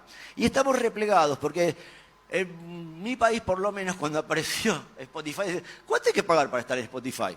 Era como que era una prebenda estar en Spotify, cuando en realidad ellos hacían el negocio. Y hablo de Spotify, y no estoy tratando de llevarme puesto los agregadores culturales, acá estoy viendo a mi amiga. Es un problema que tiene el poco concepto de no llevarlo al sentido común. Porque si una corte avanzada, una corte suprema o un tribunal, le podemos plantear las cosas en estos términos. Dígame qué diferencia entre una radio AM y entre un podcast. Yo no lo puedo entender. O sea, es como complicado no entenderlo. ¿Por qué estas plataformas no son inclusivas? ¿Por qué se está bregando por romper brechas generacionales cuando acá hay un compañero que lo que está haciendo es agarrando a todos sus ancestros y los mete en un lenguaje inclusivo, actual, y va por el mundo y todavía lo aplauden? O sea, evidentemente hay algo que no estamos entendiendo o haciendo mal en el planeta para que estén pasando estas cosas. O sea, ¿cómo es esto que si no recaudamos nuestras? ¿Qué es la monetización? Señores, el derecho es un derecho, punto. Derecho, así como es un derecho humano. No es esto una cuestión de una regalía, una prebendita, un canon, un impuesto. Claro, vos haces un cumpleaños, viene, qué molesto, no viene a cobrar de la asociación de intérpretes o de la asociación Y no pongas música, hermano, casate, baila sin música o contratá una orquesta. Porque si tenés una orquesta en vivo, seguramente no te vamos a cobrar el derecho. El derecho conexo tiene que ver con que la música esté grabada. Si la música la estás tocando en vivo, no cobramos los intérpretes porque lo cobraremos por un sindicato de músicos y cobrarán los compositores que no están ahí para poder ni siquiera que le den un lomito de la fiesta o un poquito de Coca-Cola. Entonces, empecemos a pensar las cosas desde ese punto de vista. Porque si pensamos las cosas desde ese punto de vista, nos vamos a empezar a reír de nosotros mismos. Es decir, ¿cómo puede ser algo de tan sentido común que no lo podamos entender? ¿Entienden? O sea, no, vuelvo a decir, para que lo tengamos como una consigna. Y alguien dice, che, se casa mi hijo, o el cumple de 15 o lo que sea. Flaco, no pongas música. A ver, yo les hago una pregunta.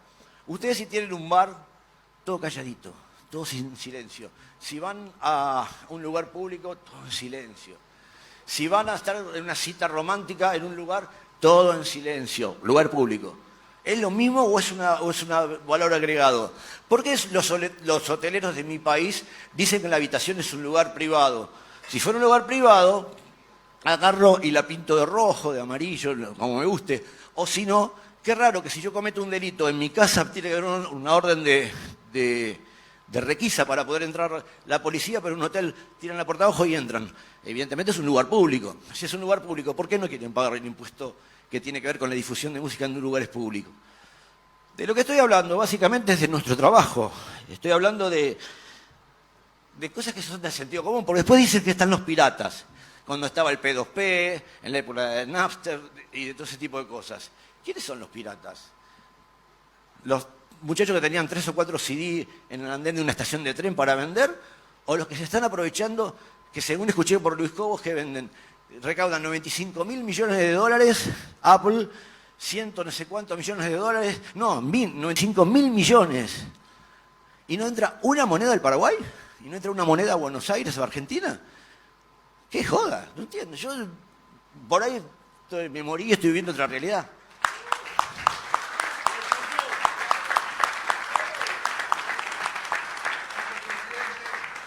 Entonces, lo que quiero decir, esto no lo hago como una impronta política, lo hago solamente como reflexión, compañeros, porque yo creo que estamos grandes, yo los escuché a todos acá y estoy orgulloso de estar en vuestro país. Veo preguntas inteligentísimas, veo cabezas funcionando, veo a mis compañeros de AIA, ahí lo veo a Pablo, lo veo al doctor. Es un placer estar con gente que vos las escuchás pensar, la escuchás debatir y tienen en este momento, yo quiero que sepan que ellos son muy arraigados, porque yo voy con ellos internacionalmente en la FILAIE y la peleamos palmo a palmo. O sea, que no me vengan con que un país es más grande o más chiquito. Acá somos todos iguales, porque todos tenemos que conseguir destrabar esto. Porque si no lo destrabamos, es una cosa muy compleja. Yo entiendo que la multinacional, por ejemplo, ahora se quedó sin vender discos. Que se embromen. Ellos le quisieron vender el repertorio a las plataformas y ahora se quedaron sin nada. Ahora, ¿me explican lo del 360 grados?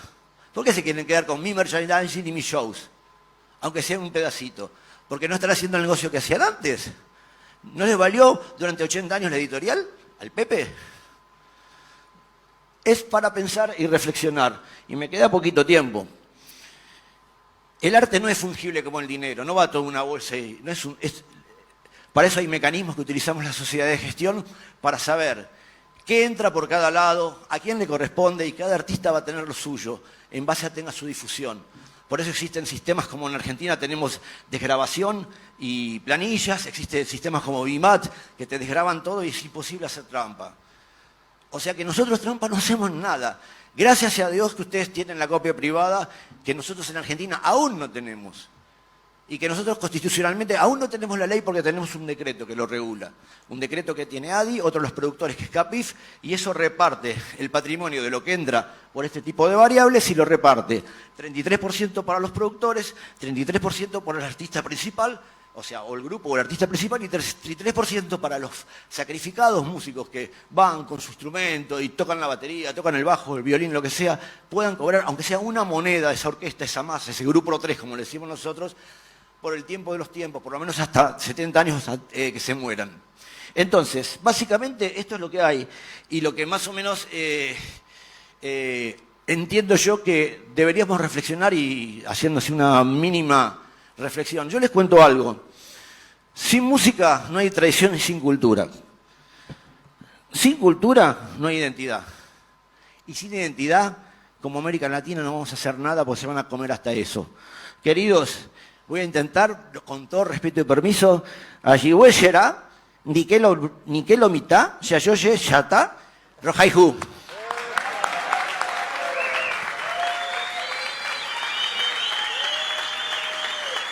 Gracias, Sergio.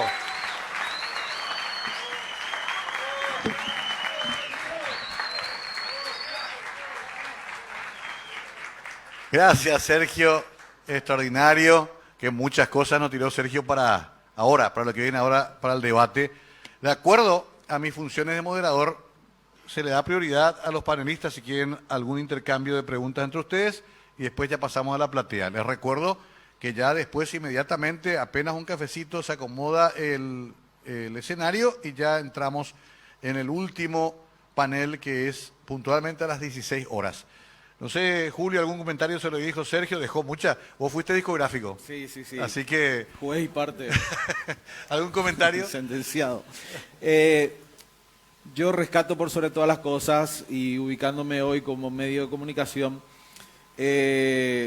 la música sigue siendo el contenido más importante para una emisora de radio o para un medio de comunicación. Yo no me imagino un medio de comunicación sin música, así como un evento social sin música, un medio de comunicación sin música no existe. Y hablo también por inclusive radios informativas como la que también nosotros gestionamos. No es lo mismo tener a un periodista haciendo un análisis que musicalizando ese análisis. Hay cosas geniales que suceden cuando el operador sube un poco la perilla de la consola y entra alguna canción que realmente le dé otro tono, le dé otro clima a esa exposición. La música históricamente fue el contenido más importante de las radios, de las antiguas radios, después en los años 60 cuando comienza a introducirse la FM, la frecuencia modulada, y todo lo que vino después. Y por supuesto, estas plataformas que muy bien las acaba de mencionar, son música 100%. Es el gran contenido, es lo que creo que nosotros tenemos que valorar, gestionarlo con responsabilidad, cuidarlo y sobre todo en el caso de la música nacional, ser colaboradores. Si en otros tiempos estuvimos unos frente a otros, yo creo que es momento de ser colaboradores en todo lo que pueda generarse. Hay muchísimas posibilidades pero bueno, eso nada más, Mario. Gracias, Julio. Interesantísimo comentario desde otra posición. Luis, ¿también algún comentario, algún intercambio?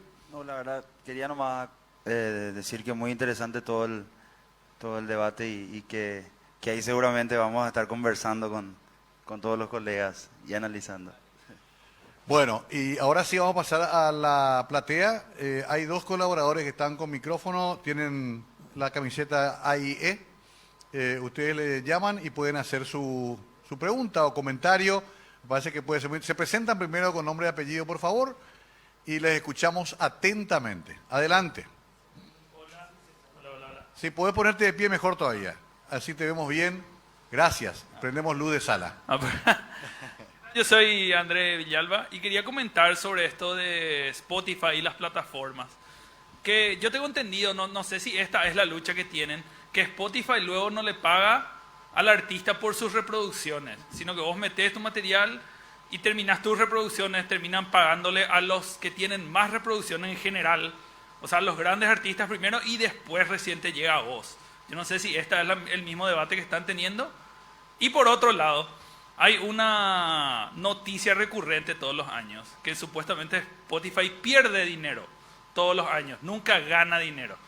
Y tengo entendido que su sistema corporativo permite esas inversiones a largo plazo, que permiten cimentar, ¿verdad?, durante años perdiendo, entre comillas, y por eso pueden tener esa plataforma. Y mi pregunta va, ¿ustedes creerían que si en Sudamérica se puede hacer una inversión así a largo plazo, o sea, esto es más bien un terreno de una empresa privada que diría, bueno, yo estoy dispuesto a perder dinero durante 5 o 6 años para poder acumular derechos, o esto es más bien algo que debería hacer el Estado, o algo a ese efecto? Gracias por la pregunta, Sergio. Vamos por partes. El primer error. Spotify colecta para sí mismo y lo que negocia. Ellos juegan el juego de la monetización. ¿Qué es la monetización? Más rating tiene mi merchandising, más pongo guita en los algoritmos, más esos algoritmos predictivos donde saben qué hago desde las 6 de la mañana hasta las 6 de la mañana al día siguiente, si duermo y cuántas horas duermo, qué sé yo, que tienen las mismas plataformas, saben todo. Entonces te pueden inducir a que vos hagas lo que quieras. Y si no, fíjense en las películas y documentales que hay al respecto, con respecto a lo que es Facebook y otro tipo de redes sociales. Yo no estoy en contra de las redes sociales, todo lo contrario. Fui el primero, junto con Twitter, y somos los primeros que más utilizamos tecnología en los años 70, 80 para empezar a trabajar. Yo lo que estoy en desacuerdo en las desavenencias que genera la tecnología cuando hace que las poblaciones de los países periféricos no puedan entrar al juego del gran banquete. Y Latinoamérica, como África, no podemos entrar al gran banquete porque lo que manejan son las corporaciones de los países centrales. Entonces yo no puedo admitir que un país central me venga a explicar a mí que me tengo que resignar a que este nuevo sistema no voy a entrar al juego y toda la guita que se recaude de ellos acá tenga que ir todo el dinero tenga que ir todo para los países centrales. Entonces, monetización es como los canales de televisión. Los canales de televisión pagan, en la Argentina por lo menos, que conozco bien cómo funciona, entre el 1 y el 1,5% de su recaudación, incluida tanda, PNT, y si es televisión por cable o de satelital, abonados y teleoperadores. O sea, Teis Sport, del cual yo hago la música, por ejemplo, paga Teis Sport y paga si es DirecTV, si es Cablevisión o lo que sea. Tenés 2 fuentes de ingresos. Entonces, eso, en vez de ser monetizado y pagándosele a cada uno, como quieren hacernos creer que tendríamos que ir por la individual cada uno, la sociedad de gestión tiene un convenio que se llama Convenio ANTA, Asociación de Televisoras Argentinas, con la sociedad de gestión, donde le paga ese 1,5. Cuando entra ese 1,5, ya sea o a SADAIC o a ADI Capif para distribuir a ADI y a Capif, ese dinero se reparte en función de la desgrabación de qué pasó en la televisión. Entonces, el dinero que entró va a una bolsa, va a una especie de flujo de dinero, en donde después se reparte en función de las pasadas de cada uno, porque aparte hay asignaciones. Por ejemplo, un canal musical tiene una asignación primaria más que un canal de noticias o deportivo o de comedias, y después no es lo mismo una cortina, que es el leitmotiv orgánico de cualquier tipo, o sea, es lo que le da entidad a un programa de televisión, que una música incidental de fondo o al chart del canal que le da entidad al canal. Entonces, lo bueno es que en ese lenguaje donde está la televisión, la radio, etcétera, lo que ha pasado es que el dinero se iba a la sociedad de gestión, con donde debe ir, donde hay un derecho que ampara. ¿Para qué está el Estado si en un país? Para regular este tipo de cosas, que no vengan un canal de televisión contra un pibe que está en su casa, como podría ser yo, tocando y le entrega eso y que no vea más un peso. No, hay una cuestión que la ley me va a amparar. Ese es el problema que tenemos con Spotify. No paga los derechos. Paga los derechos que tienen que ver con la parte de propiedad intelectual, de derecho a autor, que son migajas, preguntarle a cualquier artista importante, son migajas, y eso es lo que provoca que los chicos después no quieran venir a la sociedad de gestión, los pibes de 20 años.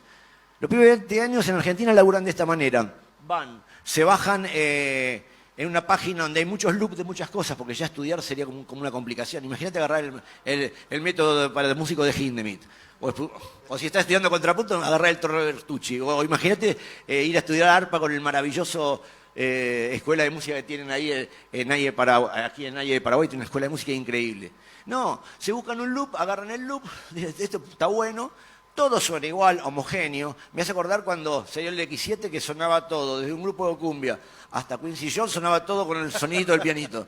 ¿Viste? Era Jamiroquai, era todo lo mismo. Hasta que después se avivó, uy, che, se puede programar, hay 8 algoritmos, wow. Es una joda, y nosotros, ya hasta en el año 22, en el 2022 no nos pueden venir a joder más con eso que inventaron la tecnología y nos vienen a explicar lo que tienen que hacer. Porque en realidad nosotros lo que tenemos que hacer es decir, gracias, ya entendimos, vamos a hacer lo que hace él. Yo ya lo fui a ver a él y te juro que estoy orgulloso, pero de verdad, me voló el cerebro, y yo no entiendo el guaraní, pero me encantó escucharlo cantar en guaraní, aunque después me explicaron de qué hablaba, o sea... ¿Cuánta gente de ustedes que se conoce todas las letras de los temas de los Beatles? No jodamos. Gracias, Sergio. Bueno, seguimos, ¿eh? Tenemos todavía un tiempito más. Adelante, la próxima pregunta de pie, por favor, si es posible. Resumir el concepto de la pregunta, el comentario y preséntense también al hacer lo mismo. Adelante, Víctor. Buenas, mi nombre es Víctor Morel. Para el maestro Sergio, hizo una breve introducción sobre el caso brasilero, de cómo ayudaron a su industria a globalizar la música brasilera, en el caso de, bueno, también del cupo que, bueno, ayer estuve escuchando brevemente el cupo también que hay en Argentina, de música nacional argentina en las radios, el mismo caso en Brasil, de cómo también, bueno, el Estado brasilero empezó a promocionar la música, la bossa nova dentro de los aviones, hizo que darle un poco más de vista a su música. ¿Qué otros casos podría mencionarnos, o en Argentina o en otros países, en el cual se pudo promocionar a nivel de políticas culturales la internacionalización de la música propia de cada país? Vos sabés que en cada película americana, aparte de la computadora Apple, si ponen una bandera le descuentan no sé cuánto porcentaje de impuestos. ¿Sabías eso vos? Cuando ¿no les llamó la atención ver series americanas, norteamericanas y películas norteamericanas y ven banderas siempre? Eso es una política cultural. ¿Qué es una política cultural? Una política activa cultural es cuando una industria en un país potente donde se juegan los derechos de una manera que se entienden y tener un lobby fuerte como el que tiene Hollywood en este caso, le fue a explicar al gobierno que para difundir la cultura norteamericana en el planeta tenían que poner la bandera para que todo lo que ven maravilloso, que parece que está hubiese todo tan maravilloso, y no estoy criticando a los Estados Unidos, por favor, todo lo contrario, estoy solamente haciendo una lectura por lo que me pregunta Víctor. Entonces, si hay una bandera norteamericana bajo impuestos, ¿qué quiere decir? Que no hay que ser coercitivo, lo que hay que ser es proactivo. ¿Cómo soy proactivo? Como me contaron los chicos de AIE, que están tratando de intentar bajar, si pasa música nacional en las radios, los impuestos a un determinado porcentaje. Los impuestos no, mirá qué animal que soy. Digo que no hay que decir impuestos y quiero decir el derecho. Es que me tienen tan comida la cabeza con que es un impuesto, es que a nosotros mismos nos hacen confundir. Les pido por favor, si queda algo de toda esta charla, que esto no es un impuesto, es el salario para que coman nuestros hijos. Punto.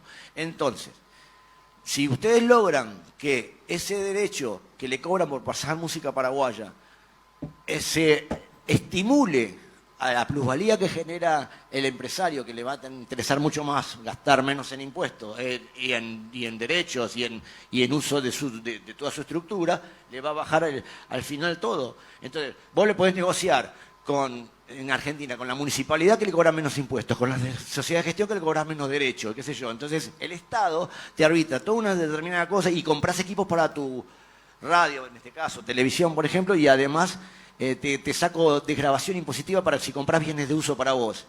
Son políticas e ideas. En Argentina se intentó hacer lo que explicaste ayer con la ley de medios, pero la ley de medios estaba encubierta a otro montón de matices más que son más políticos que de sentido de protección del uso de los contenidos que estaba internamente dentro de los canales. Entonces no terminó de funcionar porque si bien había un 30% de música nacional, del cual la mitad iba a ser música hecha de manera independiente y la otra mitad era música hecha de manera comercial, pero que sea argentina, estuvo embarrado dentro de un montón de cosas que tenía esa ley de medios, en donde como había aspiraciones más antimonopólicas y otro montón de cosas más que no viene al caso a hablar ahora, no funcionó. Brasil, ¿por qué funcionó? Porque se juntaron todos los partidos políticos, más toda la sociedad de gestión, más todo, entonces lo agarraron a Vinicius, a Chico Buarque, a Milton, a Caetano, a todos, a Antonio Carlos Jobim, a Dorival Caymmi, a Liz Regina, a Camargo Mariano, a todos juntos, y a Seco Simoleado, con Ney Mato Grosso, todos, de todos lados de Brasil, dijeron, ustedes aceptan que bajemos un poco las ganancias cuando no eran nadie, ¿eh? Entonces, si vos ponías un tema americano a un tema argentino o paraguayo o de lo que sea, pagabas la tarifa full. Y si ponías música popular brasilera, te bajaban no solo la parte de derechos, sino la parte de impuestos. Entonces, hay una regulación en donde el Estado arbitra de una manera inteligente haciendo política pública y logró que durante 35 o 40 años no entrara la música en castellano casi a Brasil, porque fuera de Fito y Piazzolla no creo que entró ningún argentino, y Mercedes Sosa, gracias. Mercedes Sosa, Fito y Piazzolla no entró nadie a Brasil, porque estaba en castellano y armaron un gusto de la gente acorde a su identidad. O sea, es tan importante el tema de la identidad.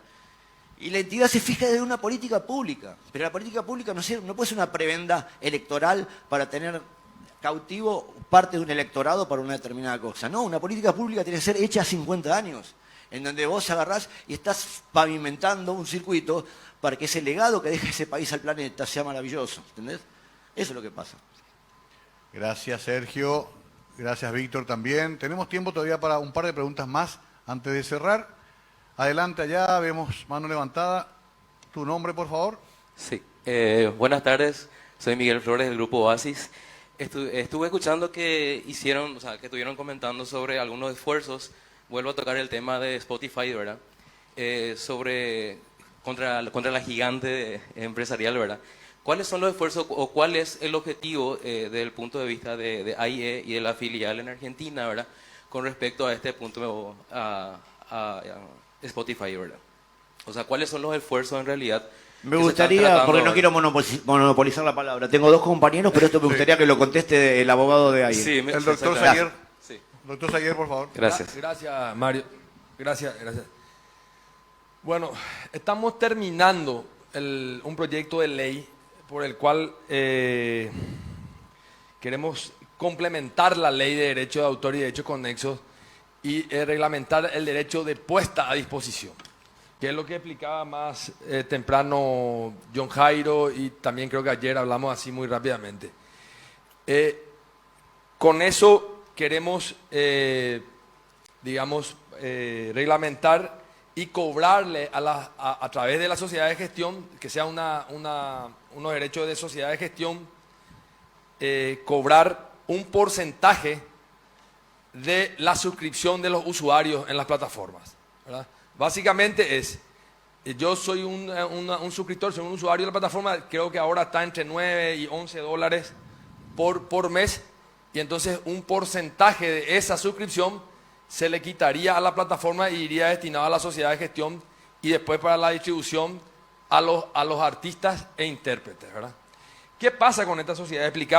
Con estas plataformas, explicaba Sergio. Lastimosamente estas plataformas no están constituidas en el Paraguay.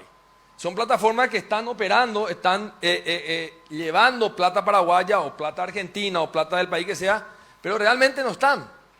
Están en Luxemburgo, en Suecia, están por el mundo. Ni siquiera hasta hace unos años impuestos pagaban. Ahora, hace 2 o 3 años, Hacienda empezó también a implementar una especie de descuento. Y lo peor es que tan mal funcionó eso que el impuesto le cargan al usuario. Esto es fantástico. El que gana plata no paga impuestos y el que genera la plata paga el impuesto de la plataforma. Imagínense, una locura. Es una locura. Ahora estamos pagando, si ustedes ven en la tarjeta de crédito, te dice Netflix, Spotify, lo que quiera, 9,99 y abajo te dice 10% de impuesto. O sea, nosotros estamos pagando el impuesto por esas plataformas. Es realmente terrible, ¿verdad? Entonces, volviendo al tema de qué estamos haciendo, yo creo que estamos en un buen momento para impulsar esta ley. Salimos de la pandemia, del encierro, de la cuarentena. Estamos también aquí en el Paraguay en un momento político, eso hay que saber aprovechar. Ustedes saben cómo se mueve la política. Es momento de levantar las banderas y pedir a los sectores que apoyen. Yo creo que no hay un sector más fuerte que el de la música. Yo creo que acá están todos los músicos, tienen amigos, conocidos en todos los partidos políticos que hoy están buscando votos, así que creo que este va a ser un año clave para poder llegar a ese objetivo. Finalmente, los políticos para legislar, ¿qué dicen? ¿Qué miran? ¿A quién vamos a beneficiar y a quién vamos a tocar? En este caso, el discurso es un poco más fácil, porque vamos a decir, vamos a beneficiar al sector de la música y el perjudicado va a ser una firma que está al otro lado del océano, que está llevando toda la plata y no sé si los que vieron el saludo y el informe del maestro Cobos, eso hay un informe que se hizo para la Organización Mundial de la Propiedad Intelectual donde muestra claramente el enorme desequilibrio que hay entre los ingresos de las plataformas y lo que va para los artistas. Ustedes saben mejor que yo, hay una partida de artistas ya muy famosos que están retirando su repertorio de las plataformas. Así que, bueno, estamos encaminando eso y yo creo que muy pronto vamos a tener noticias sobre esta nueva legislación. Gracias, doctor Saguier, muchas gracias. Bueno, aprovechemos los últimos minutos. Podemos escuchar un par de preguntas más antes de cerrar. Adelante, allá arriba. Ya le hacemos llegar el micrófono al compañero, escuchamos su presentación y la pregunta. Buenas tardes, mi nombre es Steven, más conocido como Angel, vocalista del grupo Partner. Mi pregunta va para el Luis Duarte de Tierra Adentro, ¿verdad? Ya que ahora ellos son, o sea, para mí, ¿verdad? Yo como joven, uno de los grupos más representativos ahora en Paraguay, ¿verdad? Que fueron a otros países a representar a Paraguay y compartieron con músicos que con nosotros como que hacemos música urbana acá en Paraguay queríamos compartir, así como es Nacho, por ejemplo, ¿verdad? Y el colombiano Peláez, ¿verdad? La pregunta va así. Cuando hacen las canciones y comparten featuring con la gente de otros países, así como nosotros generamos regalía para ellos, ¿será que en los países donde ellos suenan y suenan ustedes a través de ellos por un featuring, también reciben las regalías de la misma forma como nosotros le enviamos a ellos? Sí, en realidad ahí yo creo que acá tengo a la vista gente mucho más entendida en derechos autorales, pero básicamente la entidad de gestión que vos elijas, y en este caso acá en Paraguay APA, es la que se encarga de también recaudar de todo el mundo los ingresos de donde pudo haber sonado tu música. La entidad, por ejemplo, Felipe Peláez en Colombia, si la canción sonó en Colombia, digamos la entidad de gestión de derechos de autor, o sea, el APA de Colombia, por decirte así, recauda eso y en base a las divisiones de la regalía de la canción, le envía a cada entidad de donde el autor es socio. Por ejemplo, si Nacho es un artista que está firmado con la editorial de Universal Music, o sea, Universal recauda sus ingresos de esa entidad. Felipe Peláez de Sony y nosotros acá, APA, nuestra entidad. Entonces, digamos que una sola entidad es la que recauda todo finalmente, a no ser que vos hagas tratos afuera y te vayas a otras entidades y también de común acuerdo con tu entidad local decidas qué territorio te va a administrar él. Ahora, Willy, en un momento sobre el punto, me gustaría. Sí, sobre el punto, Gracias Mario, gracias Willy. Luis. Sobre el punto, en general, las entidades de gestión colectiva tienen hermanas en otros países que administran, recaudan y distribuyen los derechos que nos corresponden. Así como estaba diciendo colombiano de rato, que había otras entidades, así como él también de Argentina. En Argentina Bueno. hay uno, en Colombia otro y acá otro. Bueno, entonces, ¿cómo decir, verdad? Bueno, pero hay algo que les quiero explicar a todos, y a vos específicamente. Nosotros tenemos esas entidades hermanas nucleadas, en este caso AIE, a través de la FILAIE. La FILAIE vendría a ser como una FIFA para nosotros, ¿no es cierto? Y se celebran, en el caso de Colombia, por ejemplo, que hay una colaboración de un músico colombiano, contratos de reciprocidad se llama, que consiste en que el repertorio que tiene AIE en su banco de datos lo comparte con Colombia y viceversa. Entonces, si nosotros como entidad de gestión colectiva detectamos y recaudamos algún derecho que pertenece a los colombianos, ya se firmó un convenio de amistad y de compromiso de que ese dinero, de ese fonograma que sonó acá, que viene de Colombia, nosotros agarramos la plata y se lo enviamos a los hermanos colombianos. ¿Es así más o menos, Sergio? Sí, es así en un punto, si me permitís. Sí, ¿cómo no? Es complicado el tema, porque la reciprocidad tiene que ser entre gente que tiene más o menos parecidas posibilidades. Si vos estás en un país que solamente se pasa por los medios públicos y por los medios de difusión pública, ¿no? Sean privados o públicos los medios, solamente música de un determinado país, todo el dinero iría para allá. Y eso es mentira, porque cualquier país de Latinoamérica, salís de la capital, en Buenos Aires somos 24, en Argentina somos 24 jurisdicciones, además de Buenos Aires, que tenemos cada uno, debe haber unos 100 ritmos. Tenés desde guayno, chacarera, samba, malambo, chamamé, chamarrita, todo, milonga triste, tango, y así. Después tenés rock urbano, pero no urbano, rock de... Tenés muchos, o sea, no es la música en inglés el folclore del mundo, como me quiso decir una vez alguien en una negociación que defendía los derechos de los ingleses. No, la música en inglés está, por ahí en las capitales se pasa bastante en inglés. En 2, 3 radios, pero también otras radios que pasan música de música propia de cada lugar. Entonces, primer tema, ¿cómo es eso de la reciprocidad si la vas a medir solamente, medís solamente la radio donde pones dinero para que pase en la música, que vos es como predecir el algoritmo?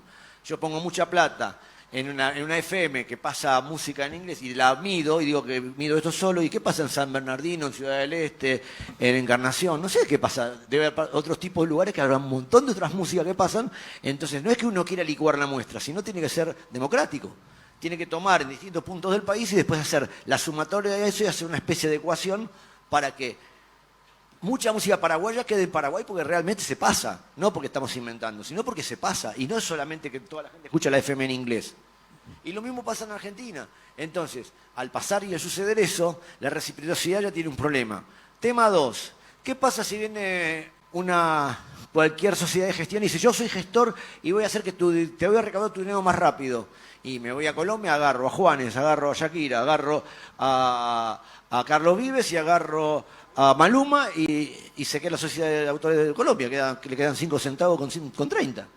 Entonces sería como injusto. Y aparte, si yo en Argentina, por ejemplo, tenemos 500 inspectores que son los que van y con lluvia, a sulky, a caballo, a medio arriba de la montaña, en medio donde no hay caminos van y van a cobrar el derecho de cada uno de los músicos y nos esmeramos y gastamos un dinero que hasta nos permite el estatuto y el reglamento, que son hasta el 32% de lo percibido, para tratar de, cuando tenés más estructura, como bien escuchaba acá, trabajando en equipo, podemos conseguir mayor cantidad de dinero. Ok, y si el país con que tengo reciprocidad está sentado en una oficina viendo el partido de televisión así, y dice, che, ¿me mandá el cheque o no? Hay una diferencia. Entonces, la estructura que pone un país tiene que estar a la altura de la reciprocidad. Entonces, hay países, yo no voy a dar nombre de países, pero hay países que recaudan por ahí unas 500 veces menos de lo que podrían recaudar si pusiesen estructura. Y si pasan música argentina en ese país y dicen que pasan música de ese otro país en mi país, hay un choque de reciprocidades que no conviene.